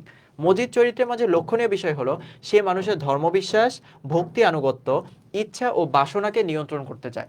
তুমি যদি একটা মানুষের ইচ্ছা, আকাঙ্ক্ষা, বাসনা, কামনাকে নিয়ন্ত্রণ করতে পারো তাহলে কিন্তু তুমি তাকে যেভাবে ইচ্ছা তাকে চালনা করতে পারবা। বুঝতে পারছো? এইটাই কিন্তু এরা করে। এই ধর্ম ব্যবসায়ীরা হচ্ছে ধর্মকে পুঁজি করে এই জিনিসটাই করে। তারা দেখায় যে ধর্ম, আমি অনেক কিছু জানি, তাহলে আমি যদি মানুষকে এই জিনিসটা বলি তাহলে তো সে অন্ধের মতো বিশ্বাস করবেই। আর আমরা তো অত কিছু জানি না, তো আমাদের আসলে বিষয়টাকে বিশ্বাস করাই কিন্তু মানে দেখা যায় যে সবাই মোটামুটি বিশ্বাস করে ফেলি।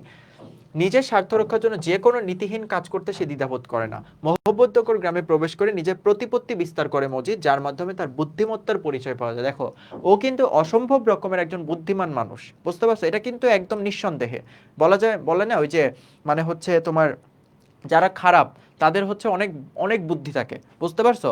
তো শিক্ষিত শয়তান এরকম টাইপের, ও ধর্ম নিয়ে অনেক কিছু জানে, এবং সেটাকে পুঁজি করে ব্যবসা করতে হবে, নাহলে তোর জীবন চলবে না। কারণ যে জায়গা থেকে আসছে ওই জায়গায় তো মানে তোমার হচ্ছে ওই যে খুব অভাব অনটন ছিল, এর কারণে তো সে মোহাম্মদনগর পাড়ি দেয়। আচ্ছা, এই যে দেখো, অল্প বয়সী মেয়েকে দ্বিতীয় বিয়ে করে, তার চরিত্রের লালসার দিকটি স্পষ্ট। এই যে দেখো বিষয়টা কি ঘটলো, দেখো তার কিন্তু অলরেডি একটা স্ত্রী ছিল, তার কিন্তু একটা স্ত্রী ছিল, কিন্তু তারপরও সে কিন্তু একজন কি বলা যায় খারাপ চরিত্রের মানুষ। তার মধ্যে কিন্তু অনেক লালসা, নারীর প্রতি লালসা, বুঝতে পারছো? এর কারণে কিন্তু সে দেখো একটা অল্প বয়সী মেয়েকে বিয়ে করে, বুঝতে পারছো? অবশ্যই অল্প বয়সী মেয়েকে কেন বিয়ে করে সেটা তো তোমরা অবশ্যই বুঝো। দ্বিতীয় স্ত্রী জমিলা যখন অবাধ্য হয়ে যায়, তখন মজিদ দিশেহারা হয়ে পড়ে। দেখো, সে চেয়েছিল কি রহিমার মতো জমিলাও হবে কি তার কথায় উঠবে বসবে, উঠবে বসবে, কিন্তু এটা কি হয়েছে? একদমই না। কারণ জমিলা হচ্ছে একজন প্রতিবাদী নারী, একজন সচেতন নারী। তো সে কিন্তু হয়তো সে তার যে বাচ্চা সুলভ আচরণ সেটার কারণে হয়তো সে এটা প্রকাশ করেছে, তার অপরিপক্কতার কারণে, কিন্তু এই গল্পে কিন্তু সে একটা প্রতিবাদী চরিত্র, এবং সে তার তার যে অধিকার, তার যে বিষয়বস্তুগুলো সেগুলো সম্পর্কে সচেতন। সে কখনোই ধর্মান্ধ না, সে কখনোই কুসংস্কারাচ্ছন্ন না, ঠিক আছে? তোমাদের কিন্তু উদ্দীপকে মজিদের চরিত্র, জমিলার চরিত্র, এই চরিত্রগুলো থেকে কিন্তু উদ্দীপক দিয়ে দেয়, এবং সেখানে কিন্তু তোমাদের এভাবে গুছিয়ে লিখতে হবে। তোমরা যখন অনেক বেশি বই পড়বা, সাহিত্য পড়বা, বিভিন্ন লেখালেখি পড়বা, তখন তোমরা অনেক বেশি বানায় লিখতে পারবা, বুঝতে পারছো? আমি তোমাদের যখন রিটার্নের নিয়মটা দেখায় দিব, তোমরা সবাই যারা এইচএসসি 25 আসো, 26 আসো, যারা হচ্ছে বাংলা ক্লাস করতেছো, বা যারা বাংলা নিয়ে কিছু করার ইচ্ছা আছে, কিছু করা বলতে বাংলা কিন্তু তোমাদের অ্যাডমিশনে মাস্ট, তো বাংলা ভালো করতে হবে। তাই তোমরা তোমাদের লেখাগুলো আমার ইনবক্সে পাঠাবা, একটা সৃজনশীল লিখে আমাকে দেখাবা। আমি তোমাদের লেখার মানটা দেখতে চাই যে তোমরা কিভাবে গুছায় লিখতেছো। আমি তোমাদের মানে প্রবলেমসগুলো আইডেন্টিফাই করে দিব, যাতে তোমাদের লেখার মানটা আরও বৃদ্ধি পায়। কারণ দিন শেষে আসলে আমরা জানি যে পেজ গুনেই নাম্বার দেয়, কিন্তু কিছুটা তো ভালো লিখতে হবে। যদি এমন তোমার ভাগ্যে পড়ে যে তোমার খাতাটা পড়তে মন চাইলো স্যারের কিংবা ম্যাডামের, তোমার খাতাটা পড়তে মন চাইলো, তখন তুমি যদি আউল ফাউল কথা লিখে রাখো, সেখানে মেজাজ খারাপ হয়ে যাবে, বুঝতে পারছো? সেখানে মেজাজ খারাপ হয়ে যাবে। তো এর কারণে আমাদের ভালো লিখতে হবে, এবং ভালো লিখলে পেজ অটোমেটিক বাড়বে, এই কথাটা মনে রাখবা, ঠিক আছে? ভালো লিখলে তোমার পেজ অবশ্যই বাড়বে। আর একটা সৃজনশীল কেউ 5 পৃষ্ঠা 6 পৃষ্ঠার নিচে লেখেও না, বুঝতে পারছো? আচ্ছা, উপন্যাসের শেষে মজিদের নিজের মনে অস্তিত্ব সংকটের দিকটিও স্পষ্ট হয়ে ওঠে। সে যখন বুঝতে পারে তার ধ্বংস অনিবার্য, তখন কিন্তু সে তার অস্তিত্ব আর রক্ষা করতে পারে না। কিভাবে সে অস্তিত্ব রক্ষা করবে? সবাই তো তার বিরুদ্ধে চলে যাচ্ছে, তাই না? আচ্ছা, তোমরা কি ক্লাসে আসো? আমি তোমাদের কমেন্টগুলো দেখার সুযোগ পাচ্ছি না, তোমাদের সাথে একটু কথা বলি। কি অবস্থা সবার? আসো ক্লাসে? বোরিং লাগতেছে না বুঝতেছো জিনিসটা? সবাই একটু আমাকে জানায়ো।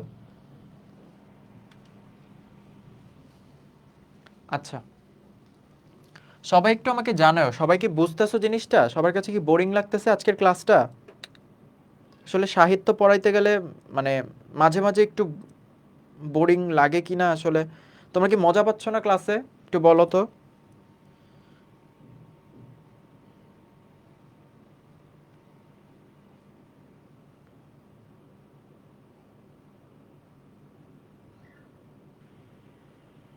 উদ্দীপকের গুরুত্ব অপরিসীম, আচ্ছা।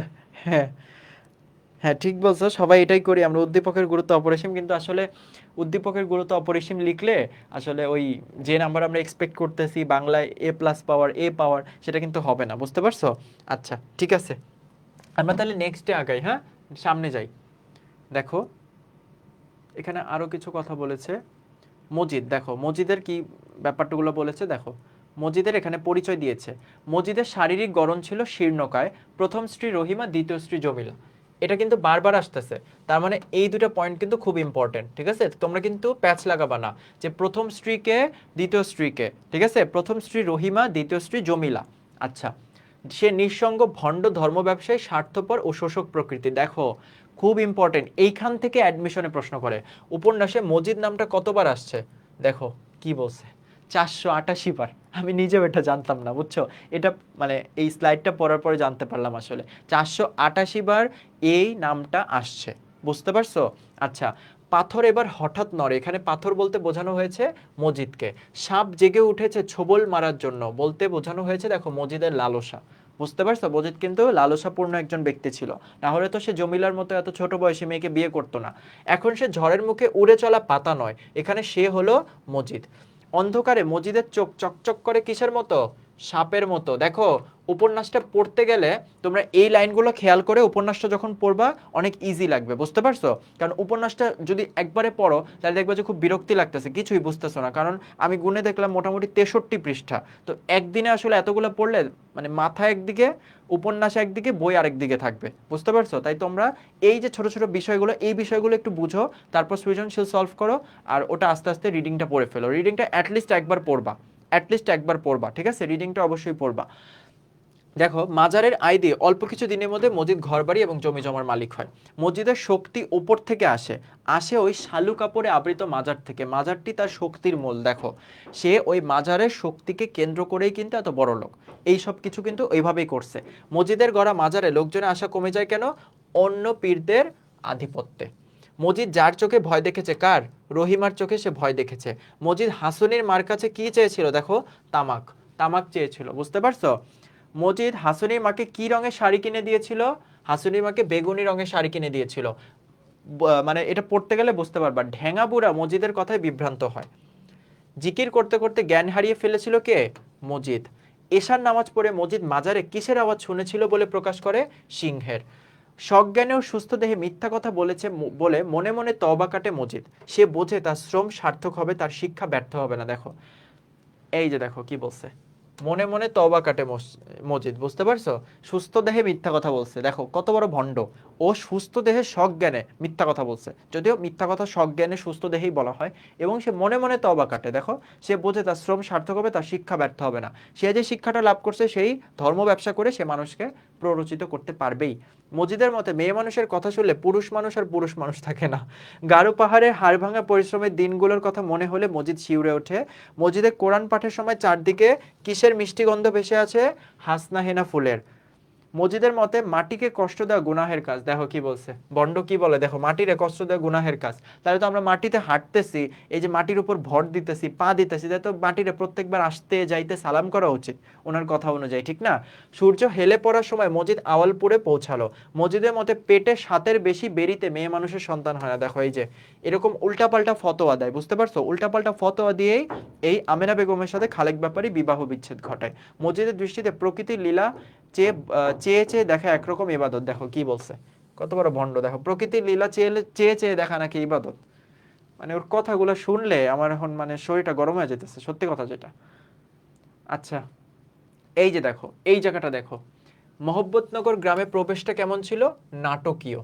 গ্রামের লোকজন ছিল ধর্মভীরু, তারা ভাগ্য ও অলৌকিকত্বে বিশ্বাস করে। ভাগ্যকে বিশ্বাস করতে হবে, বাট ভাগ্যের উপরই সব এরকম বিশ্বাস করা যাবে না। কথাটা বুঝতে পারছো? মজিদ নিরাক পরা দুপুরে মহব্বতনগর গ্রামে প্রথম প্রবেশ করে। আচ্ছা নিরাক পরা, নিরাক পরার অর্থটা কিন্তু ইম্পর্টেন্ট, ঠিক আছে? তোমাদের এই যে শব্দার্থে আছে, দাঁড়াও আমি একটু খুঁজে নেই। নিরাক পরা, নিরাক পরা না,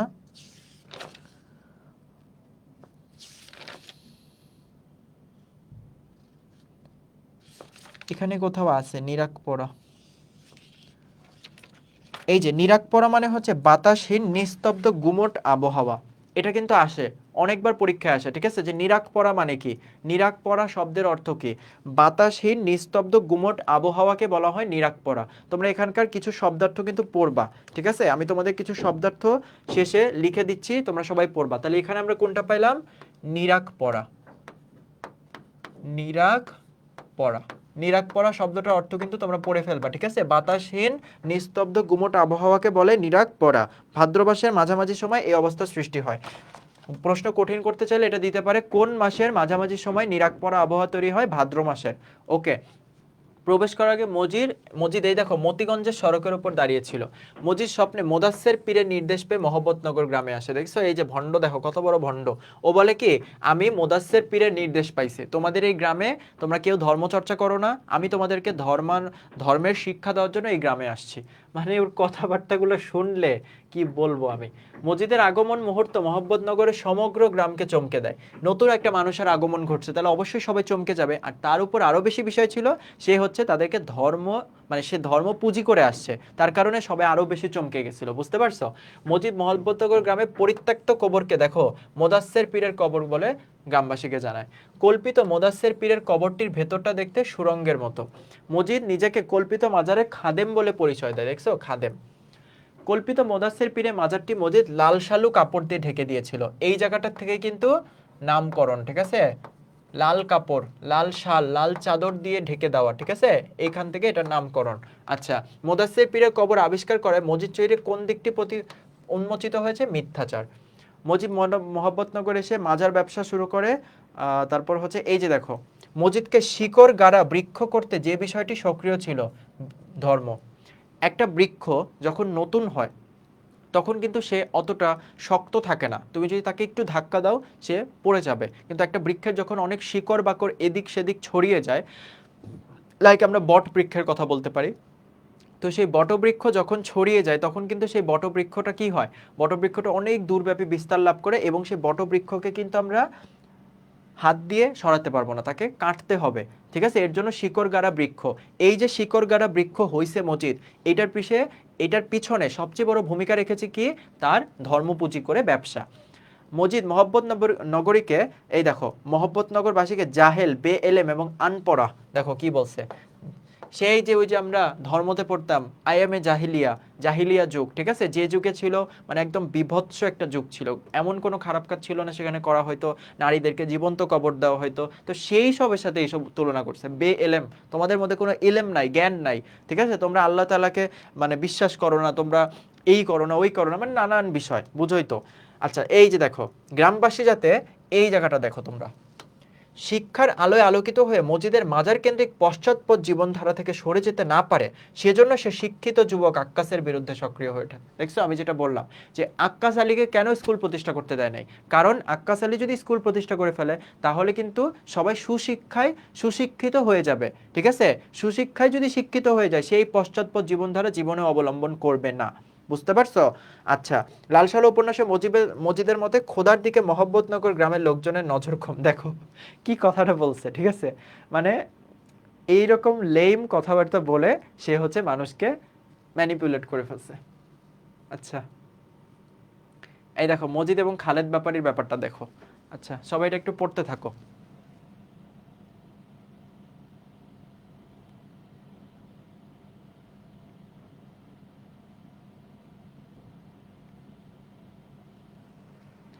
ধলামিয়া কই? আচ্ছা, ধলামিয়াও আসবে, ধলামিয়ার কাহিনী আসবে, কত যে নাম, খ্যাংটা বুড়ি, কি সব নাম, মানে হাসুনির মা, খালেক ব্যাপারী, মানে নামগুলো খুব ইন্টারেস্টিং, বুঝছো, মানে ওয়ালিউল্লাহর মাথায় অনেক বুদ্ধি, ঠিক আছে, নামগুলো শুনলে আসলে না হেসে পারা যায় না এবং তার প্রশংসা না করে পারা যায় না। দেখো, কে মোহাম্মদনগর গ্রামে মজিদ প্রথমে খালেক ব্যাপারী বাড়িতে, এই যে দেখো, মোহাম্মদনগর গ্রামে মজিদ প্রথম খালেক ব্যাপারী বাড়িতে আশ্রয় নিয়েছিল, বুঝছো, এই খালেক ব্যাপারী হচ্ছে তাকে আশ্রয় দিয়েছিল। মোহাম্মদনগর গ্রামে এসে মজিদ খালেক ব্যাপারীর সঙ্গে ঘনিষ্ঠ বন্ধুত্ব গড়ে তোলে, বুঝতে পারছো, যার থেকে সে সবচেয়ে বেশি স্বার্থ হাসিল করতে পারবে তার সাথেই তো সে সবচেয়ে বেশি তোমার বন্ধুত্ব করবে, তাই না? মজিদের সহযোগী ব্যক্তিটির নাম হচ্ছে খালেদ ব্যাপারী। দেখো, মাতব্বর খালেদ ব্যাপারীর সাথে স্বার্থের গাঁটছড়া বেঁধে তাহের কাদেরের বাবাকে পাগল বানিয়ে নিখোঁজ করে। দেখো কি বলছে, মাতব্বর খালেক ব্যাপারীর সাথে স্বার্থের গাঁটছড়া বেঁধে মানে কি, নিজেদের স্বার্থ হাসিল করার জন্য মজিদ কি করে, তাহের কাদেরের বাবাকে কি করে, পাগল বানিয়ে নিখোঁজ করে। বুঝতে পারছো? এই জায়গাটা কিন্তু ইম্পর্টেন্ট যেটা বলছে, এটা কিন্তু গল্পের ভিতরের লাইন, গল্পটা ভিতরে পড়তে গেলে এই যে লাইনগুলো আসতেছে না, এই লাইনগুলো একটু দাগ দিয়ে রেখো তোমরা, কারণ অনেক বড় গল্প তো, পরে আর পড়ার সুযোগ নাও হইতে পারে, আর পরে পড়তে গেলেও বিরক্তি লাগবে। দেখো, মজিদের উক্তি, কার উক্তি, এই উক্তিগুলো কিন্তু পরীক্ষায় আসে, এমসিকিউ চলে আসে, যে এই কথাটি কে বলেছেন, এই কথাটি ও বলেছেন, ঠিক আছে, এরকম আসে। বুঝতে পারছো? ও কি ঘরে বালা আনবার চায় নাকি আমার সংসার উচ্ছন্নে যাক, মরক লাগুক ঘরে, এই উক্তিটা হচ্ছে মজিদের। তুমি কি মনে করো মিয়া, তুমি কি মনে করো তোমার বিবি মিছা বদনাম করে? তুমি হলফ কইরা বলতে পারো তোমার দিলে ময়লা নাই? দেখো, ওর কথাগুলো শুনলেই তুমি বুঝবা যে হচ্ছে খুব ইরিটেটিং কথাবার্তা এবং খুবই হচ্ছে মানে ধর্ম রিলেটেড কথাবার্তা। দেখো, নাফরমানি করিও না, খোদার উপর তোয়াক্কল রাখো। দেখছো কথাগুলো শুনলেই মানে কি বলবো আমি, তোমার দাড়ি কই মিয়া, এই দেখো, ঠিক আছে, উক্তিটি আক্কাসকে উদ্দেশ্য করে করছে, মানে যার দাড়ি নাই সে হচ্ছে ভণ্ড, সে হচ্ছে ইসলামকে বিশ্বাস করে না। এই যে আমারে আমারে দেখলে সে, মানে আমি যদি সেই টাইমে থাকতাম, আমারে হচ্ছে আক্কাস আলীর মতো বলতো যে তোমার দাড়ি কই মিয়া, তুমি এই গ্রামে কেন আসছো, চলে যাও এই গ্রাম থেকে, তোমার কারণে তো আমার গ্রাম স্বশিক্ষিত হয়ে যাবে, যদি আমার গ্রাম স্বশিক্ষিত হয়ে যায়, সুশিক্ষিত হয়ে যায়, তাহলে তো আমি ধর্ম ব্যবসা করতে পারবো না। আচ্ছা, অমন করে হাঁটতে নাই বিবি, মাটিয়ে গোসা করে। দেখো, মাটিও নাকি গোসা করে, ঠিক আছে? মাটিতে হাঁটতেছি, আর মাটিরে তাহলে সালাম করে করে যাইতে হবে, তাই না? মাটিরে যেহেতু আমি মানে কষ্ট দিতেছি, মাটিরও জীবন আছে। ব্যাপারী মিয়া যখন পাঠাইতেছেন তখন যাইবেন না কেন? মজিদের এই উক্তিটি দুই দিকে কাটে। আচ্ছা দেখো, রূপ দিয়া কি হইব, মাইনসের রূপ কদিনের, উক্তিটি মজিদের তো দুনিয়াটা বিবি বড় কঠিন পরীক্ষা ক্ষেত্র, দয়ামায়া সকলেরই আছে কিন্তু তা যেন তোমার আধা না করে। দেখো, এই কথাটা আমার কাছে ভাল লাগছে, যে দুনিয়াটা বিবি বড় কঠিন ক্ষেত্র, এখানে দয়ামায়া সকলেরই আছে কিন্তু তা যেন তোমার আধা না করে। মানে ব্যাপারটা হচ্ছে এই যে দয়া মায়া, দয়া মায়ার কারণে কিন্তু আমরা মানুষকে সাহায্য করি, আমাদের বাবা মাকে আমরা কিছু দিতে চাই, আমাদের বাবা মার প্রতি এত শ্রদ্ধা, যারা বিয়ে করে তারা তাদের বউ বাচ্চাকে ভালোবাসে। তো এই যে যে দয়া মায়ের ব্যাপারটা কিন্তু সেটা যেন তোমাকে আধার না করে ফেলে, ঠিক আছে? দয়া মায়া ঠিক আছে, বাট সবার প্রতি দয়া মায়া দেখাতে যাবা না, ঠিক আছে? এখন আমার কাছে ধরো 10,000 টাকা আছে দেখে আমি এটা যাকে তাকে দান করে দিব, এরকম না, বুঝতে পারছো? যাকে তাকে সবকিছু করা যায় না, এখানে কিছু বিষয়ও কাজ করে, বুঝতে পারছো? আচ্ছা, সবাই কি আসো ক্লাসে? তোমাদের কমেন্টগুলো একটু পড়ি, হ্যাঁ?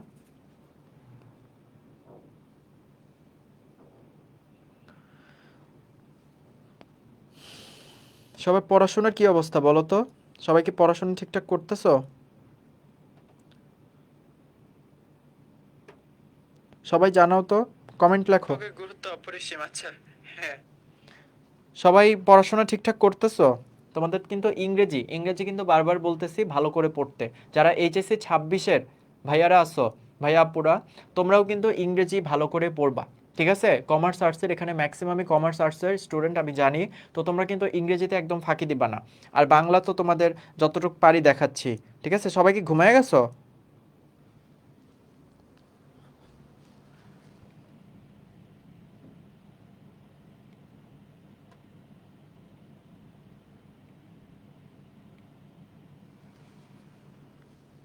আচ্ছা, আমরা তাহলে সামনে আগাই, হ্যাঁ?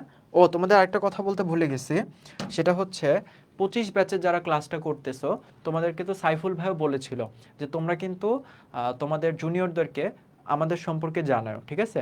আমাদের সম্পর্কে জানাবা, আমাদের সাথে তারা যুক্ত হইতে পারে, ঠিক আছে? আমাদের সাথে যুক্ত হয়ে আমাদের ক্লাসগুলো করতে পারে। তোমরা অবশ্যই এই জিনিসটা প্রমোট করার দায়িত্বটা নিবা।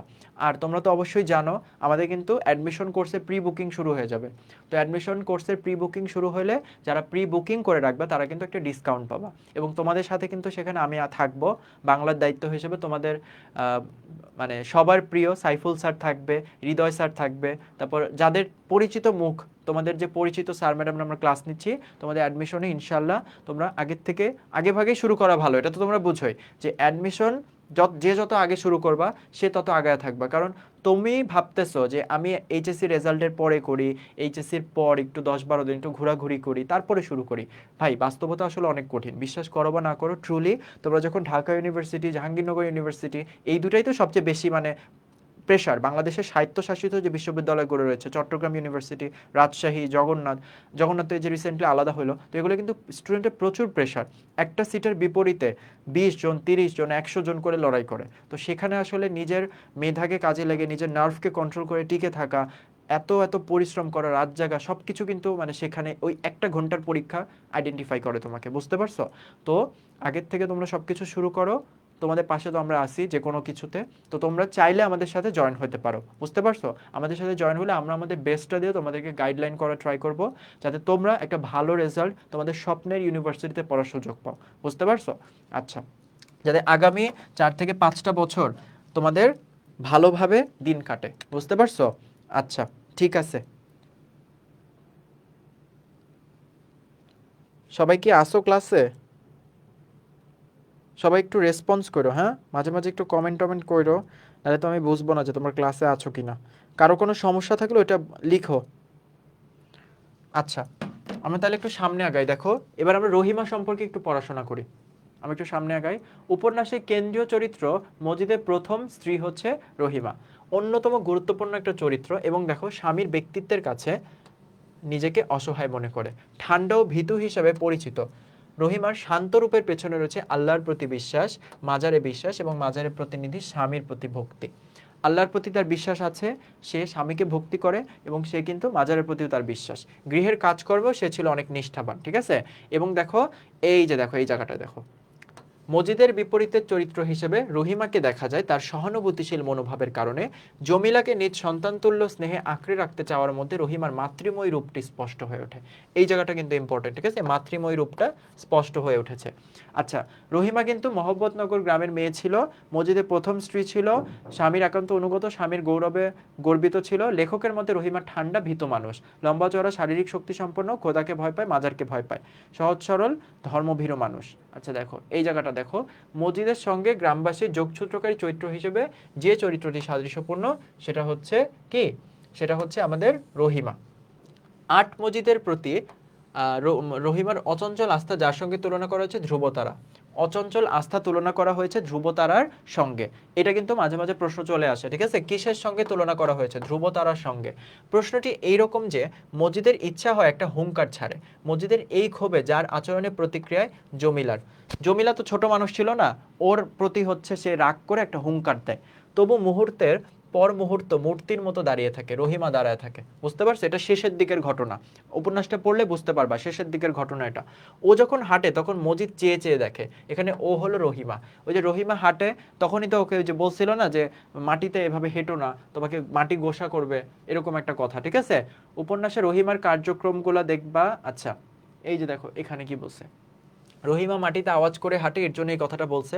রহিমার সন্তান শূন্য কোলটি খা খা করে, ঠিক আছে, রহিমা সন্তান শূন্য কোল, এটা তো বুঝো, বিয়ের পর তো সন্তান নিতে চায় সবাই, তো এখন যদি একটা মেয়ের সন্তান না থাকে তাহলে অবশ্যই তার খারাপ লাগে, এই বিষয়টা এখানে বুঝাইছে। আচ্ছা এই যে দেখো, মহব্বতনগরের মহিলারা রহিমার কাছে তাদের সমস্যার কথা বলতো, মানে পুরো মেয়েরা মেয়েরা যারা আছে তারা তো আর তোমার মজিদের কাছে সমস্যাগুলো বলতে পারতো না, তারা হচ্ছে এই মজিদের স্ত্রী রহিমার কাছে সব সমস্যাগুলো বলে ফেলতো। আচ্ছা, রহিমার চোখে মজিদ ভয় দেখেছে, এই জায়গাটা দেখো, রহিমা ফসলের প্রাচুর্য ভালোবাসে, রহিমার দেহ ভরা ধানের গন্ধ, বুঝতে পারছো। আচ্ছা এরপরে কি বলছে, গভীর রাতে রহিমার হাসুনির মা ধান সিদ্ধ করে, পৌষ মাসে মজিদের ঘরে প্রচুর ধান আসে, প্রভাতের অপেক্ষায় রহিমা গালে হাত দিয়ে চুপচাপ বসে। এগুলো হচ্ছে গল্প, এই উপন্যাসের ভিতরে চমৎকার কিছু লাইনগুলো, ঠিক আছে। পোষা জীবজন্তু আহার না করলে রহিমা দুশ্চিন্তায় অস্থির হয়ে ওঠে। দেখো মজিদ রহিমার বিশ্বাসকে পর্বতের মতো অটল বলেছে, দেখছো, পর্বতের মতো অটল, পর্বত যেমন অটল, তাকে এদিকেও সরানো যাবে না ওইদিকেও সরানো যাবে না, ঠিক তেমনি রহিমাও তার স্বামীর প্রতি, তার সৃষ্টিকর্তার প্রতি অটল বিশ্বাসে বিশ্বস্ত। মজিদের বাড়িতে জিকিরের জন্য যে শিরনি রান্না চলছিল তার তদারকির দায়িত্ব কে ছিল, রহিমা এবং জমিলা। ওকে, এবার দেখো রহিমার উক্তি, এই যে দেখো, গ্রামের লোকেরা যেন রহিমারই অন্য সংস্করণ, বুঝতে পারছো এই কথাটা কেন বলছে, ধান দিয়া কি হইব মানুষের জান যদি না থাকে, আপনি ওরে নিয়ে আসেন ভেতরে। দেখো এই কথাটা খুবই খুবই খুবই ইম্পর্টেন্ট, এই কথাটা প্রায় সময় আসে, ঠিক আছে, যে ধান দিয়া কি হইব মানুষের জান যদি না থাকে, বুঝতে পারছো, এই কথাটা কিন্তু খুবই ইম্পর্টেন্ট, এখান থেকে প্রায় সময় এই জায়গাটা থেকে প্রশ্ন আসে, বুঝতে পারছো। আচ্ছা তোমাদের এটা এই যে এই লাইনটা থেকেও কিন্তু তোমার চলে আসে, ওই যে অনুধাবনমূলক প্রশ্ন আসে এই লাইনটা থেকে, বুঝতে পারছো। আচ্ছা এটা আমি দেখতেছি, এটা কোন জায়গায় যেন আসছে,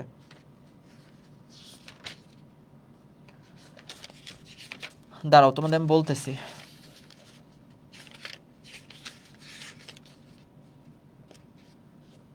আচ্ছা দেখো এখানে একটা বিষয় বলছে, দেখো মজিদের প্রথম স্ত্রী রহিমা হচ্ছে তাকে ভক্তি ও শ্রদ্ধা করে, আমি একটু তোমাদের এখান থেকে একটু পড়ে শোনাইতেছি, তোমরা একটু দেখো তো। কিন্তু মজিদ তার অল্প বয়সী দ্বিতীয় স্ত্রী জমিলার ওপর নিজের প্রভাব বিস্তারের জন্য নানা কৌশল অবলম্বন করতে থাকে, বুঝতে পারছো, সেজন্য সে দুর্যোগপূর্ণ অন্ধকার রাতে জমিলাকে মাঝারে মাজারে বেঁধে রেখে আসে, বুঝতে পারছো, ওই জমিলারে শাস্তি দেওয়ার জন্য ওই মাজারে বেঁধে রেখে আসে সেখানে। মজিদ যখন জমিলাকে ঝড় বৃষ্টির রাতে একা মাজারে বেঁধে রেখে আসে তখন রহিমা জমিলার কথা ভেবে বিচলিত হয়ে ওঠে, কারণ সে তো মাতৃময়ী, তার মধ্যে একটা স্নেহসুলভ আচরণ পরিলক্ষিত হয়েছে। জমিলার জন্য রহিমার মানসিক পরিবর্তন লক্ষ্য করে মজিদ তার মনোযোগ অন্যদিকে সরাতে চায়, তাই সে শিলাবৃষ্টির প্রসঙ্গ তুলে ধানের ক্ষতি হওয়ার কথা বলে, বুঝতে পারছো, যে শিলাবৃষ্টির প্রসঙ্গটা তুলে আনছে, তারপর হচ্ছে ধানের ক্ষতি হওয়ার কথাটা বলছে, কিন্তু এই পরিস্থিতিতে স্বামীভক্ত রহিমা প্রতিবাদী ভাষায় মজিদকে প্রশ্নোক্ত উক্তিটি করে। তাহলে দেখো ব্যাপারটা হচ্ছে যে তোমার এই যে মেয়েটাকে শাস্তি দিছে, প্রচন্ড বৃষ্টি হইতেছে, তাহলে ওই মেয়েটা দেখবা যে ওই সিনেমাটা যখন দেখবা না, এত প্রচন্ড বৃষ্টি হয়েছে, বৃষ্টিতে সবকিছু একদম ভেসে গেছে, মাজার টাজার সবকিছু একদম ভেসে যায়, বুঝতে পারছো? তো সেই সময় তোমার বলে যে ধান দিয়া কি হইব, মানে আমার শিলাবৃষ্টি হোক, সেখানে যদি মানুষই বাইচা না থাকে তাহলে আমি ধান দিয়ে কি করব? ঠিক আছে, এর জন্য এই প্রশ্নোক্ত উক্তিটা করা হয়েছে। আচ্ছা, এই যে দেখো, মাতৃত্ব বৈশিষ্ট্যটা প্রকাশ পেয়েছে, ঠিক আছে, মাতৃত্ব বৈশিষ্ট্যটা এখানে প্রকাশ পেয়েছে। আচ্ছা, তোমরা সবাই মনে বোরিং হচ্ছ নাকি? সবাই তো রেসপন্স করতেছো না। আর ক্লাসে কি তোমরা আসো? আর যখন প্রি বুকিং শুরু হয় তোমরা চাইলে আমাদের সাথে জয়েন হয়েও প্রি বুকিংটা করে ফেলো, ঠিক আছে? আশা করি যত আগে তোমরা শুরু করবে ততই তোমাদের জন্য ভালো, বুঝতে পারছো? একটা প্রপার গাইডলাইনের মধ্যে থাকলে, নিয়মিত পড়াশোনা করলে অবশ্যই তোমরা তোমাদের কাঙ্ক্ষিত জায়গায় পৌঁছাতে পারবা, এটা নিয়ে কোনো ডাউট নাই, ঠিক আছে? আচ্ছা, অ্যাকাউন্টিংয়ে রিয়াল, ওয়ালাইকুম আসসালাম স্যার। এর মধ্যে থাকলে নিয়মিত পড়াশোনা। আচ্ছা, বাংলা একটা বাজে সাবজেক্ট, জি স্যার, বাংলা আসলে বাজে সাবজেক্ট। সেই বাজে সাবজেক্টটাকে সহজবোধ্যভাবে, সঠিকভাবে, যাতে তোমরা সহজে ভালো করতে পারো সেটা উপস্থাপন করার জন্যই আসা। আসলে বাংলা পড়তে মাঝে মাঝে আমার নিজেরও বিরক্ত লাগতো, ঠিক আছে, বাট এখন আসলে বিরক্তি নিলে হবে না, তোমাদেরকে বাংলাকে সহজভাবে তোমাদের সামনে উপস্থাপন করতে হবে। আচ্ছা দেখো, জমিলা, জমিলাটা একটু পড়ি। কেন্দ্রীয় চরিত্র মজিদের দ্বিতীয় স্ত্রীরূপে উপন্যাসে আগমন ঘটে জমিলার, বুঝতে পারছো? উনি এটা হচ্ছে জমিলার। কম বয়সে জমিলার চরিত্রের চপলতাই ছিল প্রধান, চপলতা মানে ও খুব চঞ্চল ছিল, বুঝছো? মানে ও হচ্ছে কারো বাধা মানবে না, বুঝতে পারছো? ও কারো বাধা টাধা মানবে না, ও একাই সবকিছু করবে, এরকম একটা মন মানসিকতা ওর মধ্যে ছিল। আচ্ছা, তারপর হচ্ছে মজিদের প্রথম সে রহিমাকে সে মাতৃরূপে মেনে নিলেও মজিদকে সে স্বামী হিসেবে মানতে পারেনি, দেখো। মানে রহিমার প্রতি সে দায়িত্বশীল ঠিকই আছে, রহিমা তাকে মাতৃসুলভ আচরণ, স্নেহ মমতা দেয়, সেও তাকে মাতৃর মতোই, মায়ের মতোই তাকে সম্মান প্রদর্শন করে, বাট স্বামীকে সেটা করতেছে না। মজিদের ধর্ম বিষয়ক শাসনের বিরোধিতা করেছে সে, মজিদের অবাধ্য হয়ে কর্তব্যে অবহেলার পরিচয় দিয়েছে, বুঝতে পারছো? মজিদের অবাধ্য হয়েছে এবং দায়িত্ব কর্তব্যে অবহেলার পরিচয় দিয়েছে, যার জন্যই তো মজিদ কি করছে, তাকে ওই যে মাজারে বেঁধে রেখে আসছে। জমিলার বিদ্রোহী মনোভাবের পরিচয় পাওয়া যায়, দেখো, মজিদ তাকে শাসন করতে চাইলে মজিদের মুখে থুতু দিয়ে ঘৃণা প্রকাশ করার মাধ্যমে, ঠিক আছে? সিনেমা দেখার সময় এটা দেখতে পাবা যে মজিদের মুখে থুতু দিছে। উপন্যাসে জমিলা চরিত্রের মাধ্যমে মূলত একটি প্রাণময় সভার উপস্থিতি লক্ষ্য করা যায়।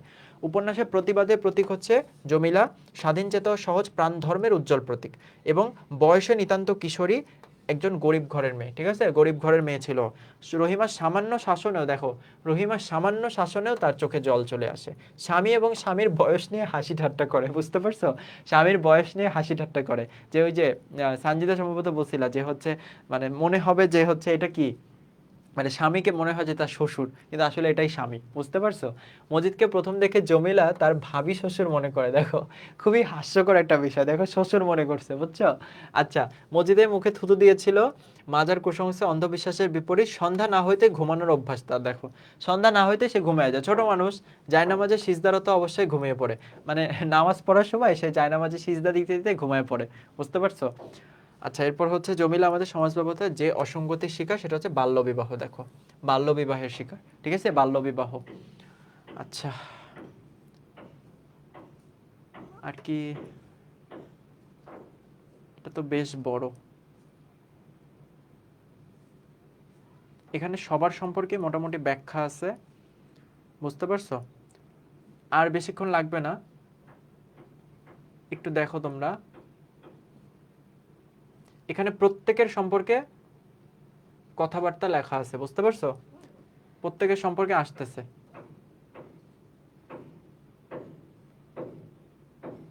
দুদু মিয়ার কথাও আসবে একটু পরে।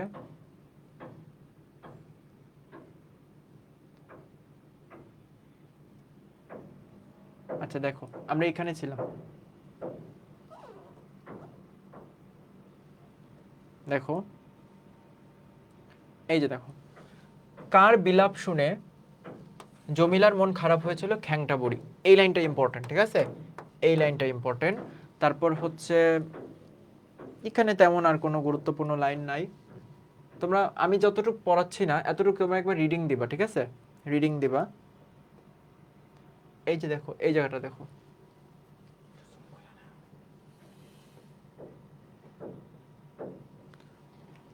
এই যে দেখো, মাজারের পাশে দাঁড়িয়ে রহিমা ছুনুর বাপের জন্য শান্তি প্রার্থনা করে, এই জায়গাটা ইম্পর্টেন্ট, ঠিক আছে। তারপরে হচ্ছে এই যে দেখো, সতীন হলেও রহিমা জমিলাকে সন্তানের দৃষ্টিতে দেখতো। রহিমা জমিলাকে সম্বোধন করে বোন বলে, ঠিক আছে। জমিলা পাটি বুনতে বুনতে কেঁদে উঠেছিল রহিমার গম্ভীর স্বর শুনে। আচ্ছা, এবার রহিমার উক্তিগুলো তো আমরা পড়লাম। ওই যে তোমার হচ্ছে ধান দিয়া কি হইব যদি মানুষের জান না থাকে, একটা লাইন ছিল। সে যেন খাঁচায় ধরা পড়েছে। তারপর হচ্ছে আমি ভাবলাম তানি বুঝি তুলার বাপ। এই লাইনগুলো হচ্ছে তোমার রহিমার আর কি, সরি রহিমার। এবার দেখো খালেক ব্যাপারী, উনি হচ্ছে গ্রামের মাতব্বর, বুঝছো। ওনার প্রথম স্ত্রী ছিল হচ্ছে আমেনা বিবি, বুঝতে পারছো, যার সাথে বিবাহ বিচ্ছেদ হয়। আর তানু বিবি হচ্ছে তার দ্বিতীয় স্ত্রী, এবং ধলামিয়া হচ্ছে তানু বিবির বড় ভাই। আচ্ছা, এই হচ্ছে এখানের পরিচয়। আর এই যে দেখো খালেক ব্যাপারী, তো আমরা বুঝলাম যে সে হচ্ছে একজন মানে সালিসী, তারপর এই যে যে বিচার আচার সেটা সম্পন্ন করত। এবং তোমার মজিদ কিন্তু প্রথমে ওনার সাথে সখ্যতা গড়ে তোলে, বুঝতে পারছো, ওনার সাথে সখ্যতা গড়ে তোলে। মাতব্বর হলেও তিনি, দেখো কি বলছে, মাতব্বর হলেও তিনি কিন্তু শান্তিপ্রিয়, ধর্মপ্রাণ এবং নরম প্রাণের মানুষ, নরম মনের মানুষ। এই দেখো মজিদের নির্দেশে 13 বছরের দাম্পত্য জীবন ত্যাগ করে পূর্বক তার প্রথম বউকে তালাক দেয়। দেখছো, মজিদের কথায় প্ররোচিত হয়ে তার প্রথম বউকে সে তালাক দিয়েছিল। এই দেখো এই লাইনটা, আহাহা মনে নিবেন না কিছু, মেয়ে মানুষের মন, উক্তিটি খালেক ব্যাপারীর। আর 13 বছর, এই যে দেখো তোমার এই জায়গাটা দেখো, মসজিদ নির্মাণে খালেক ব্যাপারী একাই 12 আনা বহন করার কথা বলে। মানে খালেক ব্যাপারীকে ভুলায়া ভালায় তার কাছ থেকে বেশি টাকা আদায় করে। তারপর হচ্ছে তোমার মহব্বতনগরে খালেক ব্যাপারী একটা মক্তব ছিল। মক্তব হচ্ছে যেখানে আরবি চর্চা করা হয়। 13 বছর বয়সে বিয়ে হয়, বর্তমান বয়স হচ্ছে 30 বছর। তার সতীন হচ্ছে তানু বিবি, তোমার এই যে আমেনা বিবির কথা বলতেছে। আওয়ালপুরের পীরের পানি আনতে বললেন ব্যাপারীকে। তারপর হচ্ছে আমিনা বিবি সন্তান কামনা আওয়ালপুরের পীরে পানি পড়া খেতে চেয়েছিল। আওয়ালপুরের পীর, ঠিক আছে, এই জায়গাটা ইম্পর্টেন্ট। কোন পীরের পানি পড়া খেতে চেয়েছিল? আওয়ালপুরের পীর। 30 বছরে আমেনা বিবি স্বামীর সাথে সংসার করার পর তালাকপ্রাপ্ত হয়, এটা ইম্পর্টেন্ট, ঠিক আছে। খালেক ব্যাপারী মসজিদের কথা মতো আমেনা বিবিকে তালাক দেয়। আচ্ছা, আমেনা বিবি পালকিতে চড়ে মসজিদের মাজারে গিয়েছিল। ধলা মিয়াকে দিয়ে পানি পড়া আনতে বলে, বুঝতে পারছো, ধলা মিয়াকে দিয়ে। ধলা মিয়া কিন্তু তানু বিবির বড় ভাই ছিল। আচ্ছা, এবার দেখো দুদু মিয়া সম্পর্কে কিছু কথা বলছে। এই যে দেখো তার উক্তি, আমি গরিব মুরুক্ষ মানুষ, কলমা জানো মিয়া। এই দুটা কথা, কলমা জানো মিয়া, এই কথাটা কিন্তু অনেক সময় প্রশ্ন আসে যে এই কথাটা কে বলেছেন, বুঝতে পারছো। তারপর হচ্ছে দুদু মিয়ার মুখে লজ্জার হাসি আসে কেন, কলমা জানে না তাই। মজিব দুদু মিয়াকে কলমা না জানার জন্য, এই যে দেখো দুদু মিয়া হচ্ছে কলমা জানে না, বুঝছে, মানে কালিমা যেটা, তো এর কারণে তাকে অকথ্য ভাষায় তিরস্কার করে, বুঝতে পারছো। আর উনি কিন্তু 7 ছেলের বাপ। এই কথাগুলো ইম্পর্টেন্ট, বুঝতে পারছো। এবার আমরা তাহের কাদেরের বাপ সম্পর্কে একটু পড়ি। তাহের কাদেরের বাপ হচ্ছে তোমার 3 ছেলে এবং 1 মেয়ে, হাসুনির মা, ঠিক আছে। আর শিকারী সুচাগ্র একাগ্রতা তাহেরের চোখে, নামহীন এ চরিত্রটি বদরাগী এবং জেদি, বুঝছো। আচ্ছা, 3 ছেলে তাহের, কাদের এবং রতন। আধ্যাত্মিক শক্তিতে এই যে দেখো অবিশ্বাসী, মানে ব্যাপারটা হচ্ছে মজিদের বিরুদ্ধে যারা যাবে তাদেরকেই সে পথ থেকে সরায় দিবে। যেমন আক্কাস, এই যে তাহেরের বাপ, বুঝছো, বউয়ের সাথে সবসময় ঝগড়া করে, ওই বউকে অকথ্য ভাষায় গালাগাল করে, বউও তাকে কুৎসিত ভাষায় গালাগাল করে। তোমরা যখন সিনেমাটা দেখবে সেখানে দেখবা যে স্বামী বউকে গালিগালাজ করতেছে, বউ আবার স্বামীকে গালিগালাজ করতেছে, এরকম একটা বিষয়, বুঝছো। মতিগঞ্জের সড়কের কাছে এসে পড়ে তাহেরদের নৌকা। তাহের কাদের ছোট ভাই রতন কেরায়া নায়ের মাঝি হতে চায়। মজিদ মহব্বতনগরের তাহেরের বাপকে শয়তানের খাম্বা বলেছে, দেখছো। যেই তার পথে বাধা সৃষ্টি করবে তাকে উল্টাপাল্টা ফতোয়া দিয়ে সরায় দিবে। হাসুনির মা হচ্ছে তাহের কাদেরের বোন। এই উপন্যাসে দুস্থ দরিদ্র বিধবা নারী, বুঝতে পারছো। এই যে দেখো শ্বশুর বাড়িতে সে তার ভাষায় তারা মনুষ্য না। আচ্ছা, এই যে ঝড় এলে হইচই করার অভ্যাস তার। তারপরে হচ্ছে এই যে দেখো কি বলছে, দেখো ওনারে কন আমার মৌতের জন্য জানি দোয়া করে, ঠিক আছে। হাসুনির মার মানে হচ্ছে তোমার মজিদের কাছে মৌতের দোয়া চায়, তার জন্য তাড়াতাড়ি মৃত্যু হয় এই কামনা করে সে হচ্ছে তার কাছে দোয়া চায়। বুড়ো হাসুনির মাকে প্রহার করে ঘরের কথা মজিদকে বলায়, দেখো ঘরের কথা মজিদকে বলায়, বুড়ো হচ্ছে হাসুনির মাকে তোমার ইচ্ছা মতো মারে, বুঝছো। এই সিনটাও ওই সিনেমাতে দেখানো হয়। হাসুনির মাকে দেখে তাহের কাদের বৃদ্ধ বাবার মেজাজ গরম হয়ে ওঠে। মজিদের দৃষ্টিতে মহব্বত নগরে হাসুনির মায়ের বাপকে দোজখের লেলিহান শিখা স্পর্শ করেছে। আচ্ছা, দেখো এরপর বেগুনি রঙের ছিল শাড়িটা, এটা তো জানোই। উপন্যাসের গুরুত্বপূর্ণ পংক্তি, এই যে দেখো শস্যের চেয়ে টুপি বেশি, ধর্মের আগাছা বেশি। তারপর হচ্ছে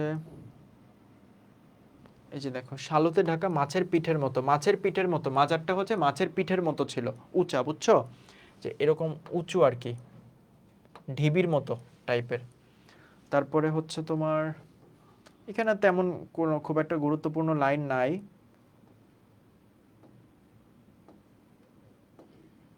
এখানে তেমন একটা গুরুত্বপূর্ণ লাইন নাই, ঠিক আছে। এখানে হচ্ছে বহু নির্বাচনী করা সিরাজউদ্দৌলা এবং হচ্ছে তোমাদের উপন্যাসটা মিলিতভাবে দেওয়া। কালকে তোমাদের ইনশাল্লাহ নাটক ক্লাস হবে, ঠিক আছে, নাটকের ক্লাসটা হবে। এখন আমি তোমাদের যে বিষয়টা বলতে চাচ্ছি সেটা হচ্ছে, তোমরা কি এই অধ্যায়টা বুঝছো? এই অধ্যায়টা হচ্ছে তোমাদের কিন্তু মানে আমি আর বেশি একটা দীর্ঘায়িত করব না। তোমরা হচ্ছে মানে যতটুকু পড়াইলাম, বাকিটা হচ্ছে তোমরা পুরো অধ্যায়টা একটু রিডিং পড়বা এবং অবশ্যই অবশ্যই বোর্ড কোয়েশ্চেন সলভ করবা। বোর্ড কোয়েশ্চেন সলভ করলে তোমরা আরও ভালো এই অধ্যায় সম্পর্কে আরও ধারণা নিতে পারবা। যেমন দেখো, মজিদের মোহাম্মদনগর গ্রামের প্রবেশটা কেমন ছিল? অবধারিত, নাটকীয়, কাব্যিক, নাকি স্বাভাবিক? নাটকীয়, ঠিক আছে, এটা কিন্তু নাটকীয় হবে উত্তর। তারপর দেখো, মাজারটি তার শক্তির মূল বলতে কি বোঝানো হয়েছে? বিশ্বাস, আনুগত্য, ভীতি, অনুরাগ। মাজারটি ছিল তার শক্তির মূল, মাজারটা হচ্ছে মসজিদের শক্তির মূল, এটা বলতে বোঝানো হয়েছে যে তার কি আনুগত্য। এরপরে হচ্ছে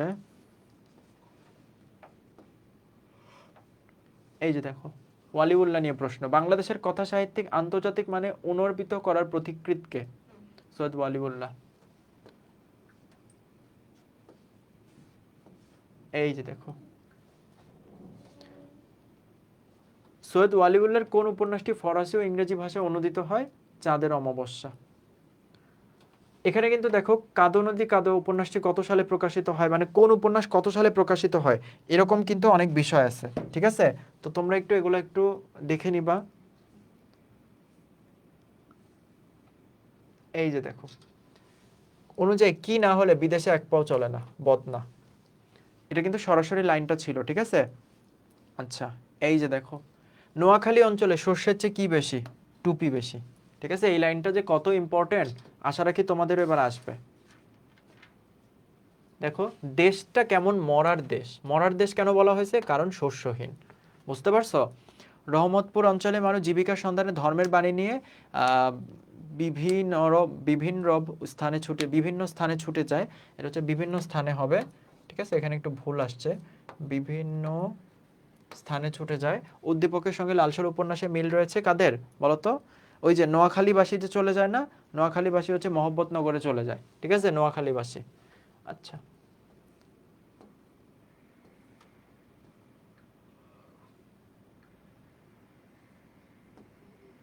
এই যে দেখো, মজিদের শারীরিক গড়নের ক্ষেত্রে নিচের কোনটি শীর্ণকায়? ঠিক আছে, এটা কিন্তু খুব ডিপলি না পড়লে কিন্তু ভুল হয়ে যাবে তোমাদের, বুঝতে পারছো।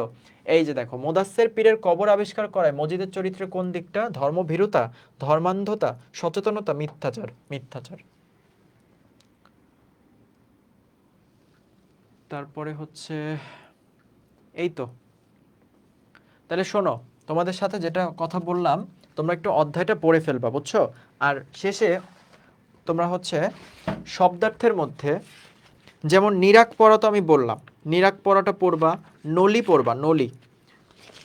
এদিকে দেখো কি কি পড়বা তোমরা শব্দার্থতে। শব্দার্থতে কিন্তু অনেকগুলো শব্দার্থ আছে, যেমন এক নাম্বার হচ্ছে নলি। নলি মানে হচ্ছে তোমার জাহাজে চড়ার অনুমতিপত্র। নিরাক পড়া, এটা কিন্তু পরীক্ষায় আসার সম্ভাবনা শতভাগ, বুঝতে পারছো। নিরাক পড়াটা কিন্তু খুবই ইম্পর্টেন্ট। তারপরে হচ্ছে তোমার এইদিকে আরো আছে গলুই।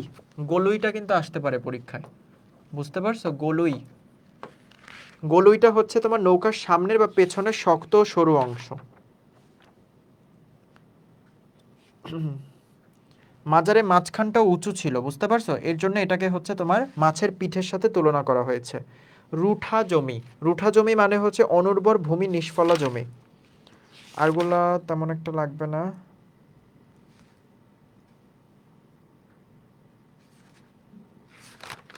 এখন লাল সালু উপন্যাসের শেষের লাইন কি? বিশ্বাসের পাথরে যেন খোদাই সে চোখ। এটা মাঝে মাঝে প্রশ্ন চলে আসে, বুঝতে পারছো? আচ্ছা, তাহলে এই তো গেল। তোমরা একটু পুরো অধ্যায়টা পড়ে ফেলবা। আমার মনে হয় তোমরা আর কেউ নাই ক্লাসে, নাকি? তোমরা কি কেউ ক্লাসে আসো? কেউ তো রেসপন্স করতেছো না।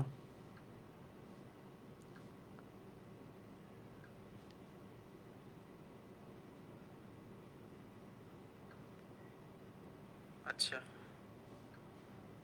তো হচ্ছে তাহলে তোমাদের যেটা বললাম যে তোমরা সবাই লাল সালুটা পড়ে ফেলবা। কালকে ইনশাল্লাহ নাটকের ক্লাস হবে। আর হচ্ছে বোর্ড প্রশ্নগুলো সলভ করবা, বোর্ড প্রশ্ন এমসিকিউ এগুলো সলভ করবা। আর 26 ব্যাচের যারা আছে তোমরা ওই ক্লাসটা দেখে নিও, আশা করি উপকার পাবা। এবং 25 ব্যাচের তোমরা হচ্ছে তোমাদের জুনিয়র যদি কেউ থাকে সাজেশন চায় তাহলে আমাদের কোর্সে ভর্তি করাতে পারো। আমাদের কোর্স তো এখনও চলতেছে, 26 ব্যাচের কোর্স চালু আছে, এখনও ভর্তি হচ্ছে মানুষ। আর অ্যাডমিশনের জন্য প্রি বুকিং শুরু হবে, তোমরা সবাই প্রি বুকিং করে আমাদের সাথে জয়েন হতে পারো, ঠিক আছে? সবাই ভালো থাকো তাহলে। আর বেশি দীর্ঘায়িত করবো না, তোমাদের আরও ইকোনমিক্স তারপর হচ্ছে লজিক ক্লাস আছে। সো তোমরা ভাইয়াদের ক্লাস করো আর হচ্ছে ভালো করে বাংলা ফার্স্ট পেপারটা একটু ধৈর্য ধরে একটু পড়ো, ঠিক আছে? একটু ধৈর্য ধরে পড়ো। আর তোমাদের হচ্ছে 25 ব্যাচের যে সমাসের যে ব্যাপারটা ওটা নিয়ে আমি পরে কথা বলবো, ঠিক আছে? তোমাদের গ্রুপে আমি হচ্ছে বিস্তারিত একটা পোস্ট দিব নি। তাহলে সবাই ভালো থাকো, ক্লাস এই পর্যন্তই রাখলাম, ঠিক আছে? সবাই ভালো থাকো, ভালো করে পড়াশোনা করো, বুঝতে পারছো? আচ্ছা, তাহলে ভালো থাকো সবাই, আল্লাহ হাফেজ।